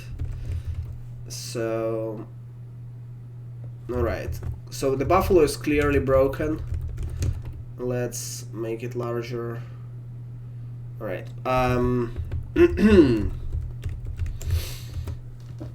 So the buffalo is clearly broken, which is good, because, I mean, it exercises the problem. It should also be a smaller, I mean, I'm assuming it's not broken on our old pipeline. Oh, it's hard to tell because the normals are so weird. And we don't have a depth buffer, right? Let's enable backface culling.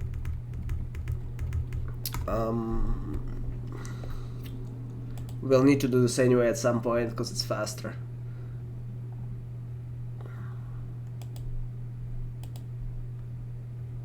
It should be here.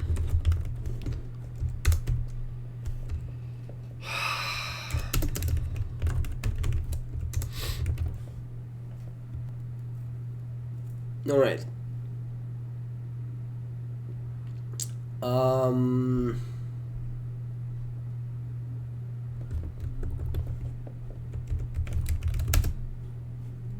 I'm not sure what the winding is, so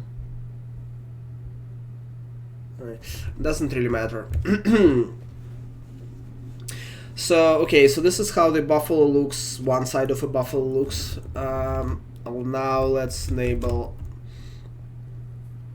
All right, yes. So the other buffalo clearly worked. It's just it was not obvious because of the culling and depth buffer and all of that stuff. We don't have any of this yet. Our render is really bare bones right now. But the mesh shader stuff is clearly broken. You can see the triangles go in weird directions, and you can also see flickering triangles, which are never a good sign. So something is up. Now let's actually debug the data. I'll look at the data. So let's go here. Mesh. So we have 38 meshlets, which is more than one. But yeah, I don't want to be hunting for other meshes to just figure out if they work or not. So let's look at this a bit.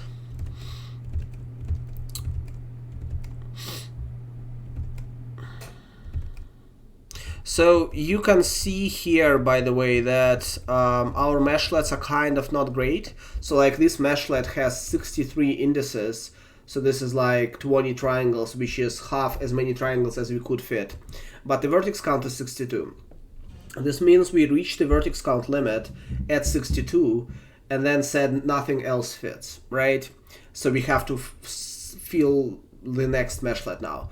This is partially because we are not optimizing our meshes for the locality. I'm hoping that once we do so, things will improve in that domain. But things should still work.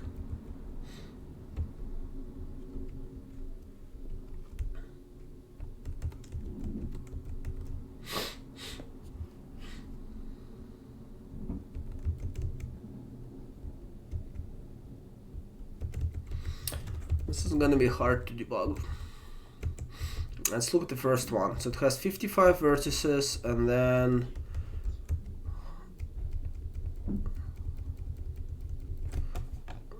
this is mostly sequential. This is just sequential.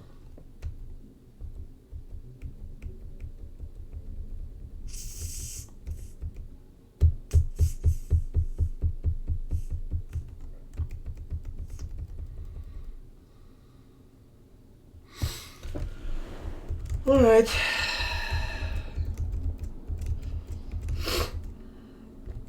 So there's some reuse happening here. So here the vertex number 10 and the vertex number 10 are reused. So this is nice. So things aren't catastrophically broken, but they are pretty broken.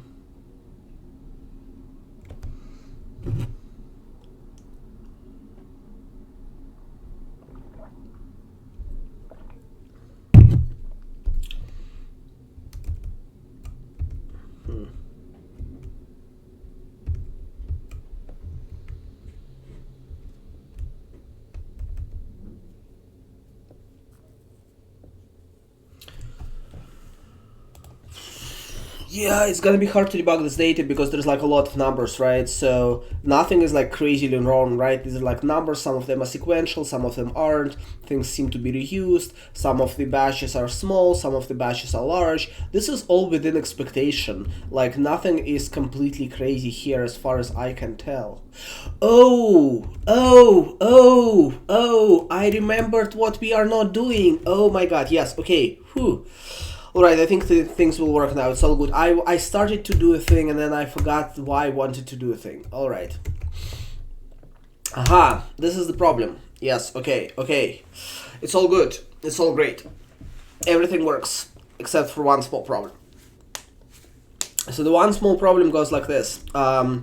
This was meant to say for each vertex in the actual mesh, here's where it is in the meshlet. But we're not clearing this state between the meshlets. So when we go to the next meshlet, we have this data poisoned with the previous meshlet indexing. So we have to, whenever we reinitialize the meshlet like this, we have to clear this data back to, you know, the sentinel value. The reason, so there is like two ways to do, okay, all right, thank God. I mean, I'm assuming this is it. So I had a different thing in mind when I started writing this code and then I forgot it. But for now, let's just do this. This will be slow in the sense that this code was linear before we added this stuff in the number of vertices in the mesh or triangles or whatever. Now it's quadratic because for each meshlet we reset the whole thing back. And there's a faster way to do this.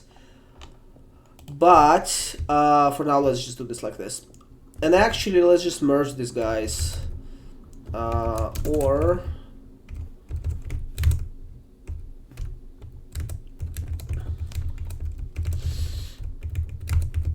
right, yeah. So basically, after we push a meshlet, we reset the data back so that when we come back to the next meshlet, because, okay, right, we were accidentally trying to sort of reuse data between meshlets, but it is impossible to reuse data between meshlets because they have to be completely independent.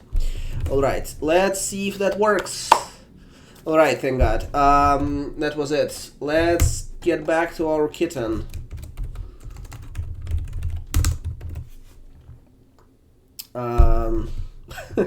Oh, we have enlarged. Alright, now we can remove the 25 thing. Alright. Okay. Alright. I present to you the kitten rendered with a mesh shader. It's not an optimal way to render a kitten because A, we are not optimizing our mesh for locality, so we probably have more meshlets than we could have. B, we are using one thread in the mesh shader, which is really bad for GPU performance. Is there a C? C, we could be doing some other stupid stuff in the shader, like the 8-bit writes, and maybe there's some other stuff that compiler is doing that's not great. But this is a mesh shader running, you know, on an RTX card rendering a kitten. Here's the nice thing. So we'll have to obviously fix up the performance stuff, but I want to implement performance counters for this first. Maybe we'll do this now because we have 10 minutes left up until the 2-hour boundary, and we can get a performance counter in 10 minutes. We can't, like, there's some stuff. I think I'll leave all performance optimization for tomorrow, but I think we might just do performance counter right now. But the nice thing is this. So this is like a mesh shader, right? So let's say you wanted to implement a cluster calling, where, say, you look at a meshlet and say this meshlet isn't on screen because the mesh is really large, and you want to not render this. It's really easy. You just add some data here, so like you add ABB min, ABB max, and then you add some code here that like says, hey, if frustum check versus ABB failed, don't process the meshlet, like return or something like this, and then you're done. Now the reality is you don't want to do things like this. You want to do things in the task shader for this kind of workload, because you want to have parallel calling of meshlets. But it's also, my understanding is, it's not very hard to set up, because notice how here's the beauty of this. There is a bunch of data. The input to the mesh shader, the sole input to the mesh shader is this guy, is what is the index of the meshlet that we are processing. So if we wanted to write a task shader that says, hey, for each meshlet, do visibility check, and if it's visible, spawn a thread with that index, it should be easy for us to do. So it should be easy for us to integrate calling in this code later. You wouldn't do it like here, because then you are doing this for each thread that processes meshlet, and that's not efficient. But it should be easy to do this in a task shader without much extra work. Anyway. Right, I'm happy that we got something on screen. This was good. This was good. So let's add a performance counter and call it a day, I guess? I don't know. Let me look at chat. Do we need a loop in the mesh shader? Shouldn't we get current invocation thread and process single vertex? Yes, correct. This is what the to-do comment is referring to. So like the correct thing to do here is to say 32. The problem is this. You have more than 32 vertices and more than 32 indices, right? So you still need a loop. It's just a loop has to go over sort of chunks of 32 vertices, right? So it should be something like this. And then this guy should start from, say, GL like invocation ID, or something along these lines, right? And then there's some divergence here that there is a better way to handle this. So there's some subtlety here, but yes, we did this like this because we don't have too much time, but we will clean this stuff up tomorrow and do performance measurements, and everything will be great.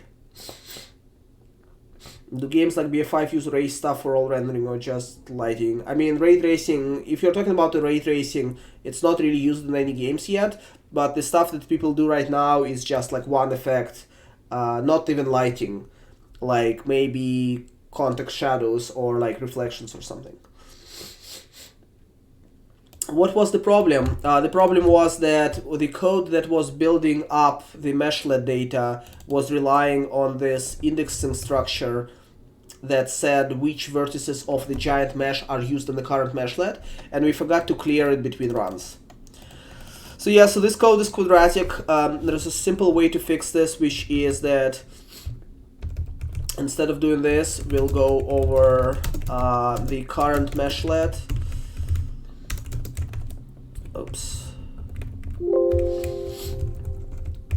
Because we know that the meshlet only uses the vertices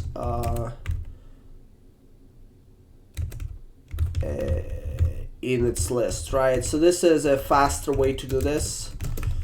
It's not a mem set, but this guy has at most 64 iterations, right? So even if you have a huge mesh, this cleanup will be relatively contained in scope. There is an even faster way to do this without doing any work here, but I don't want to do this right now. So this should still work.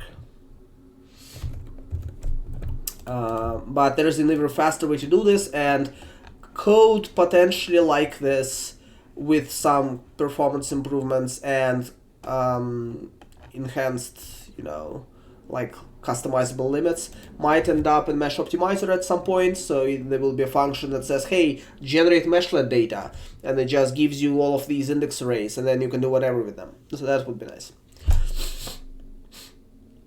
All right. Yeah.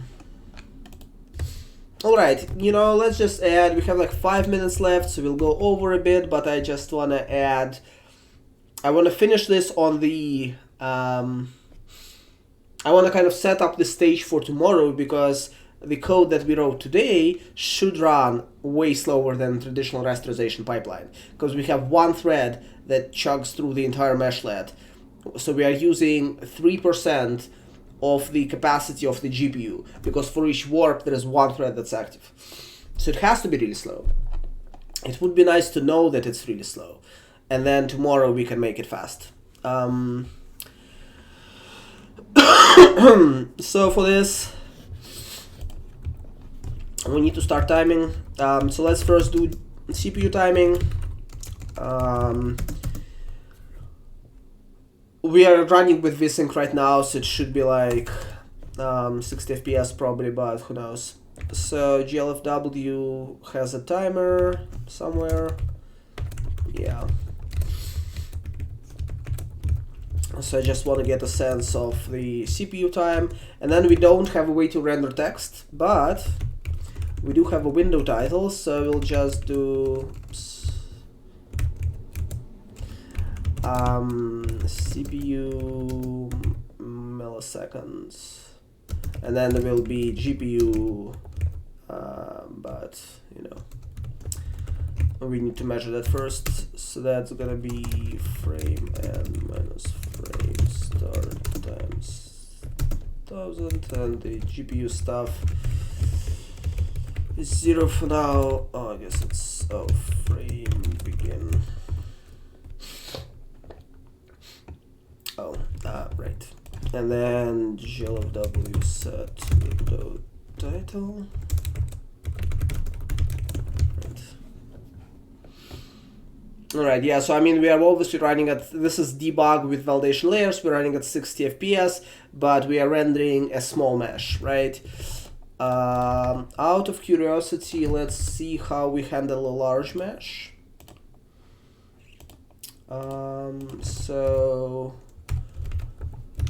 So this is one of the largest meshes that is in my collection. It's like 1,000,000 triangles. It's really high density scan. It's called the Happy Buddha. Oh, now culling is flipped. Or not culling, our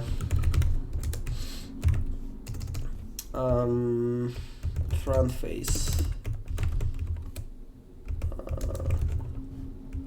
I guess the default is counterclockwise. Let's go with clockwise.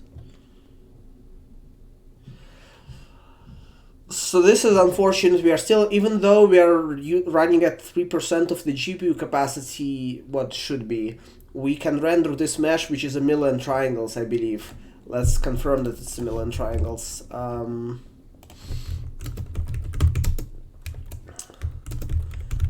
And let's say how many meshlets we are rendering. Indices size over 3, meshlet size.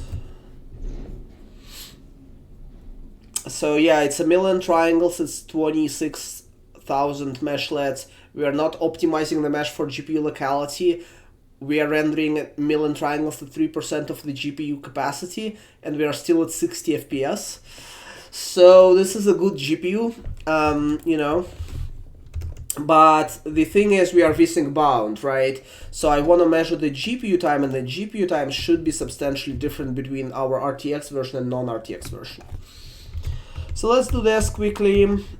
Should be straightforward, I think. So the way you do GPU timing in Vulkan is you create what's called a query pool object. And we'll create it somewhere. I don't know where. So yeah, I think next weekend, so tomorrow we will do performance work on meshlets. Like measure things, measure the impact of the GPU, of the like mesh optimization with or without RTX, then try to improve the shader, and then then try to split the vertex like data into a separate buffer so that we have better memory locality, and then see if that helps. So stuff like this, right? So kind of more in depth. And then maybe we'll try to use NSight to profile, although I don't know if NSight supports mesh shaders yet. And I think next weekend we'll do refactoring, because this code is getting, like, there's bits of this code that we don't care anymore, like swap chain and stuff, so we should move it out of our way. There's stuff like this that I'd love to just extract automatically from the shader, instead of doing it myself in C++ every time I change a shader. But but that requires writing code, right? So we will write this code next weekend. But tomorrow we will optimize. So yeah, anyway, I don't know, let's just do this here. So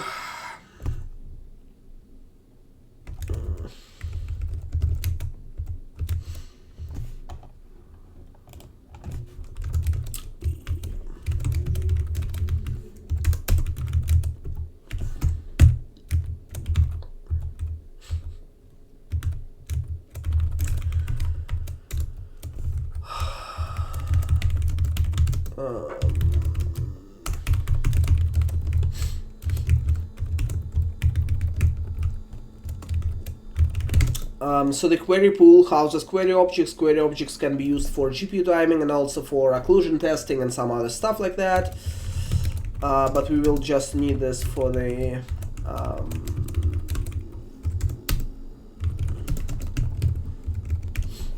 how do we usually call these variables? Yeah, we usually call them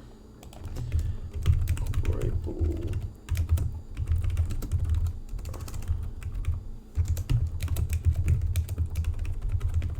Not all devices support timing data, but we will ignore this fact.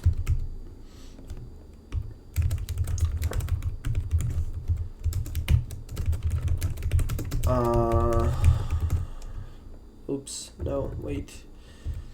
So yeah, there's this.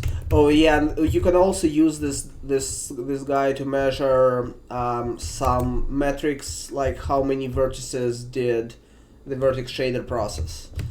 There's no stats for mesh shader, obviously, because this stuff is new, but we don't need this. So really what we need is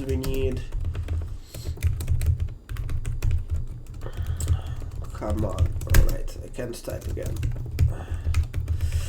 Alright, I can't type, but it was a good stream other than that. Oh, come on. So we need...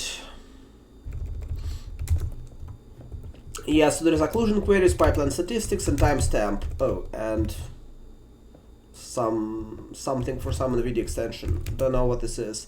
Oh, this might be RTX. This might be RTX BVH stuff. I don't know.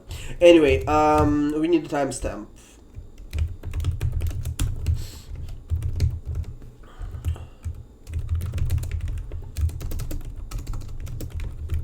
I don't know why I used size T. Or I guess query count. Alright, so there's that.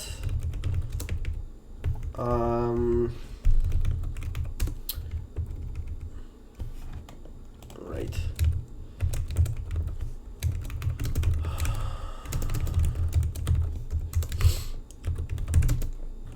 And you know, we'll be using two queries at the beginning of the frame and then at the end of the frame, but we'll wanna like time more stuff in the future.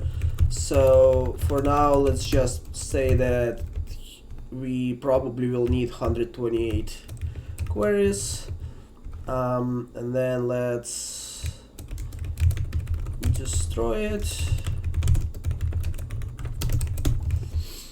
So then the way you work with query pool is you need to reset the query pool before you use it. It's kind of similar to the command pool actually. Oh, but you need to, okay. Yeah, so you need to reset it before you use it, but it's a command. Alright, it's not quite similar. I mean, let's just reset the entire... It should be cheap to reset 128 queries. It's not great that this stuff is duplicated, but whatever. And then, before you start rendering... So at the beginning of the frame in our case, right? Oh, in fact, we can do... let's just, so we are clearing the frame buffer, right, which is some cost, and then we are rendering the mesh. But rendering the mesh, if it's a million triangles, is so much more time that we will just measure the entire frame for now, and then we'll come back later maybe and do more granular measurements.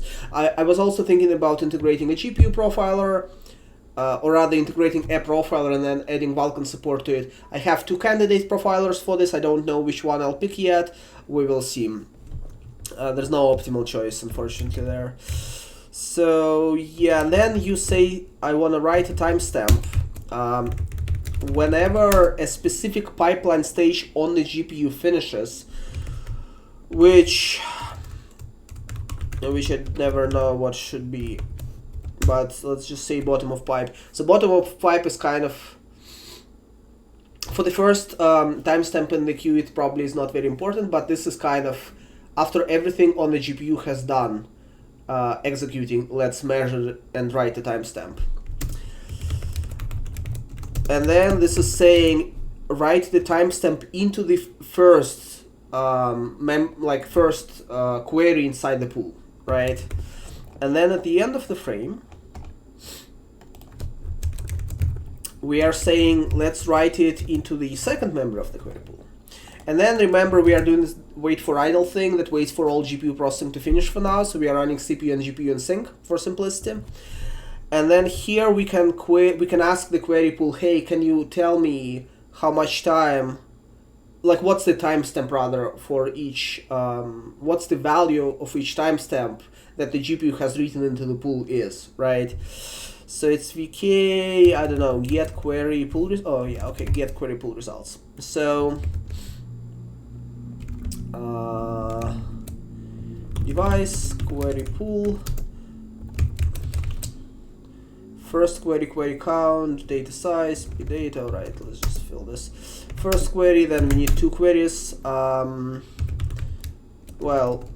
okay, array size is query results. No, give me back the okay. Size of query results. I guess size of query results 0. I don't know. Flags.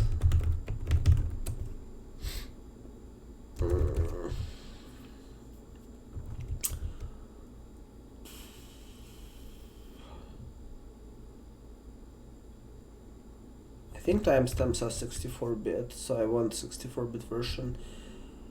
I could like ask for wait, which doesn't seem important because I'm already waiting for the device to become idle. So I think maybe I just need this guy. And then query results should be, I don't know, is there like a struct for this, or do I need to just do, I feel like it's just basically query results. I think like it's just this, but I don't know. If this doesn't work, we'll look at the spec. If this does work, we will not look at the spec.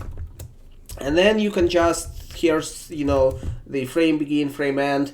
You need to convert this into the CPU time. Somewhere,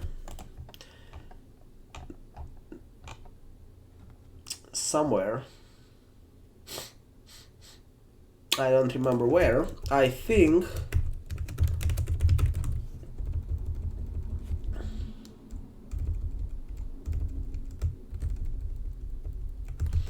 in this guy, if I'm not mistaken.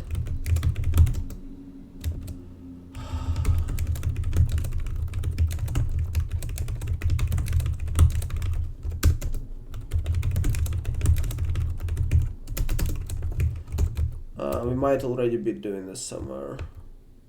Well,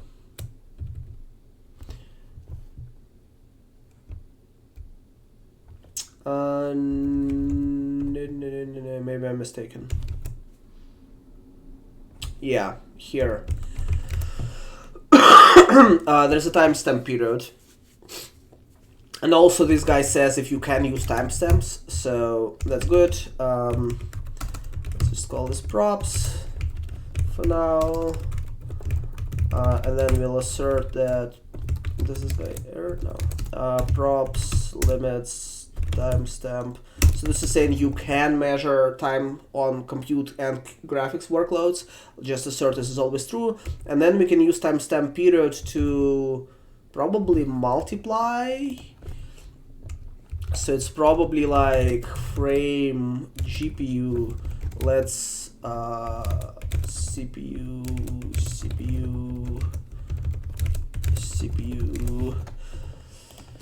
So it's probably it's not great that I'm converting to a double like this, because who knows if double precision is good enough, but okay, fine. I think so. It's probably like times props limits. Yeah, because period should be 1 over frequency, so it's probably the over timestamp period. But then this might give us like nanoseconds or something weird like this. So I don't know if this is correct.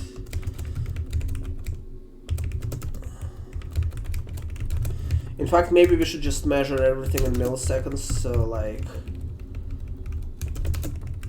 I don't know. Or let's measure everything in seconds. Milliseconds is a more convenient unit for GPU programming, because seconds is too much. So let's just measure everything in milliseconds. Why does it not like... Oh, because it's CPU.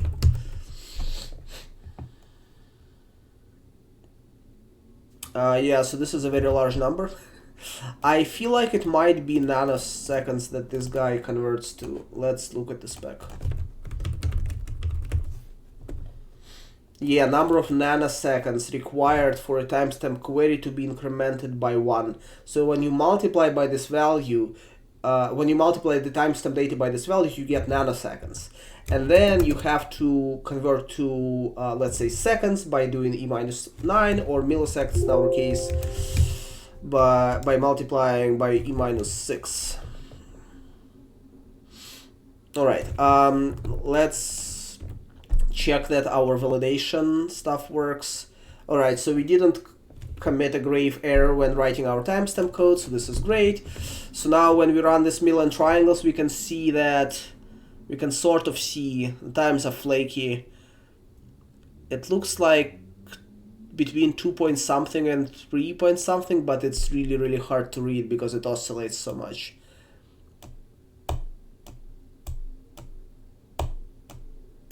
Yeah, it's like 2.6, between 2.6 and 3.3, let's say. And then I'm assuming that without mesh shader it runs faster because we were not writing good code today. Oh no. What?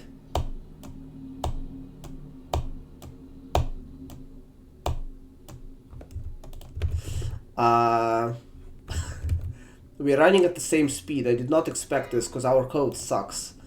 I mean, there's not that much to do here, but also, like, we are not being optimal at all. One thing that might happen, let's see. But okay, like at least we have, I mean, maybe our GPU timers don't work, so that would be unfortunate, right? Let's check that theory by moving the second timestamp. The other theory is that maybe this guy doesn't wait for something useful, but I thought it does. So let's check what happens if we move this guy to before the shader. I don't know if it's valid to do it across a render pass boundary, but I think it is. Yeah, so in this case it says 0 because it clears, right? And I mean, it can't be 0 unless we are just not measuring the cost of the clear. So it's like really, really fast, but it makes sense for clears to be very fast for complicated reasons. All right, so okay, let's see. Let's move this guy back. So this is 3.6 milliseconds, right? All right, so what happens if I draw like the mesh 3 times? Wait, what? Hold on. Oh, all right. Come on. So now we are drawing 3 million triangles. All right, so it's like 9.7, 8.4. So the timer seems to work, right? It's just that the code that we wrote, which is really, really bad performance-wise, is running at the same speed as the default rasterization pipeline. We aren't optimizing the mesh for GPU, so both pipelines are running suboptimally right now. So tomorrow we'll be able to look at this in more detail. But hey, at least the timers work. We wrote a mesh shader, we wrote meshlet computation function, everything worked. We can render a mesh with a million triangles without skipping a beat. This function is slightly slower than it could have been, but we'll optimize it at some point. Or maybe, I mean, probably what will happen is this will be part of Mesh Optimizer where I will optimize it better. And yeah, so tomorrow we will look at making the mesh shader faster and figuring out what the actual performance delta is, because today basically there is very, very little performance delta between the two pipelines, which is weird. Oh, I started searching for set stable power state, but maybe we'll do this tomorrow. GPU time is lower in debug. No, so in debug, right, so what happens is in debug we are opening a smaller mesh. We could open the same mesh in debug. The problem is, right, so it'll takes like 3-4 seconds to parse the mesh. Because, I mean, it's loading. This is a fast OBJ loader. We covered this on stream before, but it's loading like 90 megabyte OBJ file, which is not, which will never be instant, right? So considering the fact that it does that, it's running pretty well. Oh, we can open Hairball. Hairball is like a weird mesh, but it's probably more triangles.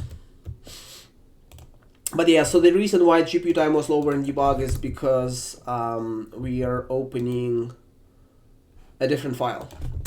And I want to keep it this way because this means that when we do I mean, it's like weird because you can have different bugs, but this means that we are running a reasonably complex mesh in debug and everything still opens instantly. And then in the release, we can do stress tests on what happens when you have a complex mesh. Let's see if Hairball renders. I mean, a million triangles is pretty good mesh. Oh, what? Oh, come on. All right. Visual Studio is weird. So when you open properties, and this is a regression from 2015, I think. It did not happen in 2012. It happens in 2015 and 2017. I should file a bug on this. They have been good about fixing bugs that I have filed. This was really good. So yeah, when you open project properties, it opens it for like a not current configuration, and this is not awesome. So you can't see the entire mesh, obviously. Let's fix that. Like at some point we'll implement code that just resizes the mesh or something. Like, I don't know. At some point we'll implement code that just works, but no.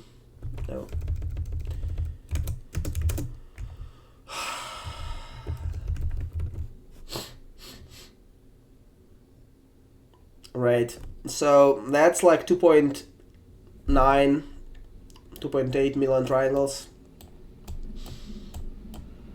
We'll do weighted average or something like this. It's really hard to. Should we do weighted average now?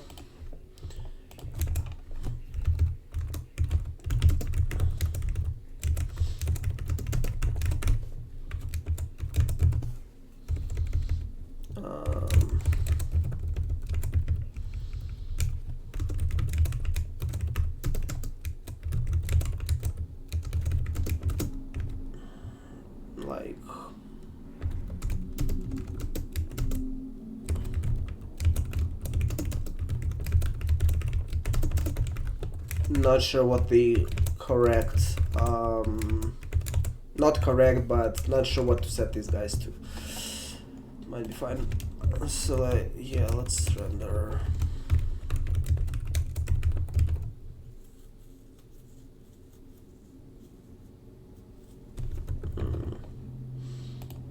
I might want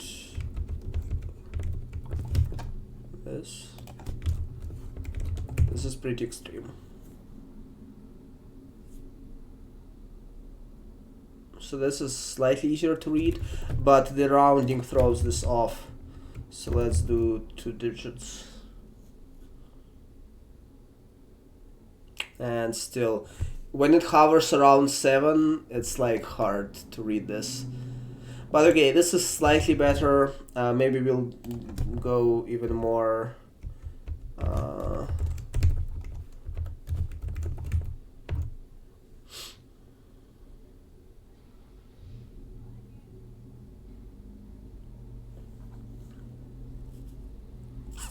Alright, you know what, whatever. The other thing we could do is just refresh this stuff every second instead of every frame.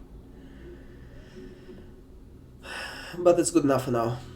So yeah, so this runs at like 7 milliseconds with RTX pipeline and at suspense 6.2.3 in the default pipeline, right? Okay, so at least this mesh is slower with RTX, which is really good because our RTX code is really bad. I was really surprised that we didn't. I'm still really surprised. I was expecting us to be like 10 times slower, but we aren't. But we probably are bottlenecking in Rasterizer, not in the vertex processing to a large extent, so it might be fine. Alright, yeah, so that's all I had. If you guys have last minute questions, I'm happy to answer them. Let me look at chat to make sure I haven't skipped anything. And yeah, tomorrow we are optimizing this code. So tomorrow we should have better numbers than 1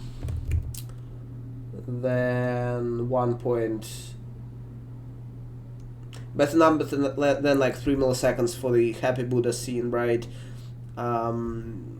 We probably will have better numbers in both cases because we'll optimize the mesh as well. But I'm hoping to get, hoping to basically get meaningfully faster with RTX.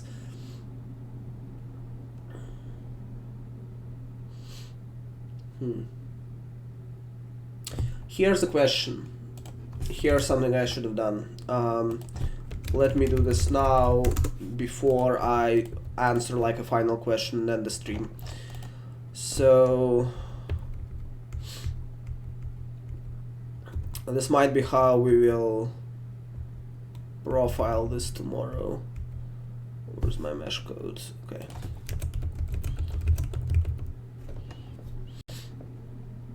Alright, so this is the scene, so it runs at like 3 milliseconds, right, with RTX on. Now let's go, say, to the mesh shader and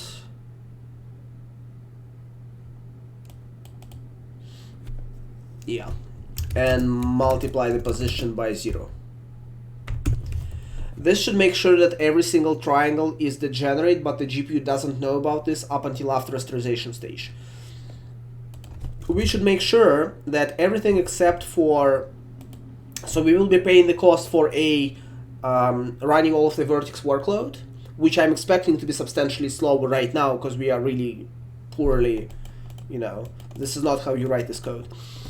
And B, the triangle setup where the GPU looks at every single triangle, says, oh hey, all of the vertices are the same position-wise, and then discards it in the rasterizer, but this also takes a bit of time. But other than that, there should be no cost, right? So let's see how fast that runs. Alright, so that runs at like also 3 milliseconds basically. So this means that our vertex processing cost dominates in the RTX, or maybe triangle setup, in the RTX case. So in the non-RTX case, in non-RTX case, we're actually a bit faster anyway. With smoothing timer, it's more clearly visible, right? We were running at like 3, and here it's like 2.6, 2.4, 2.5. And then if we discard everything in the rasterization stage, then maybe it's faster. Nah, it's still roughly the same. So basically it doesn't seem to matter if we actually render the thing.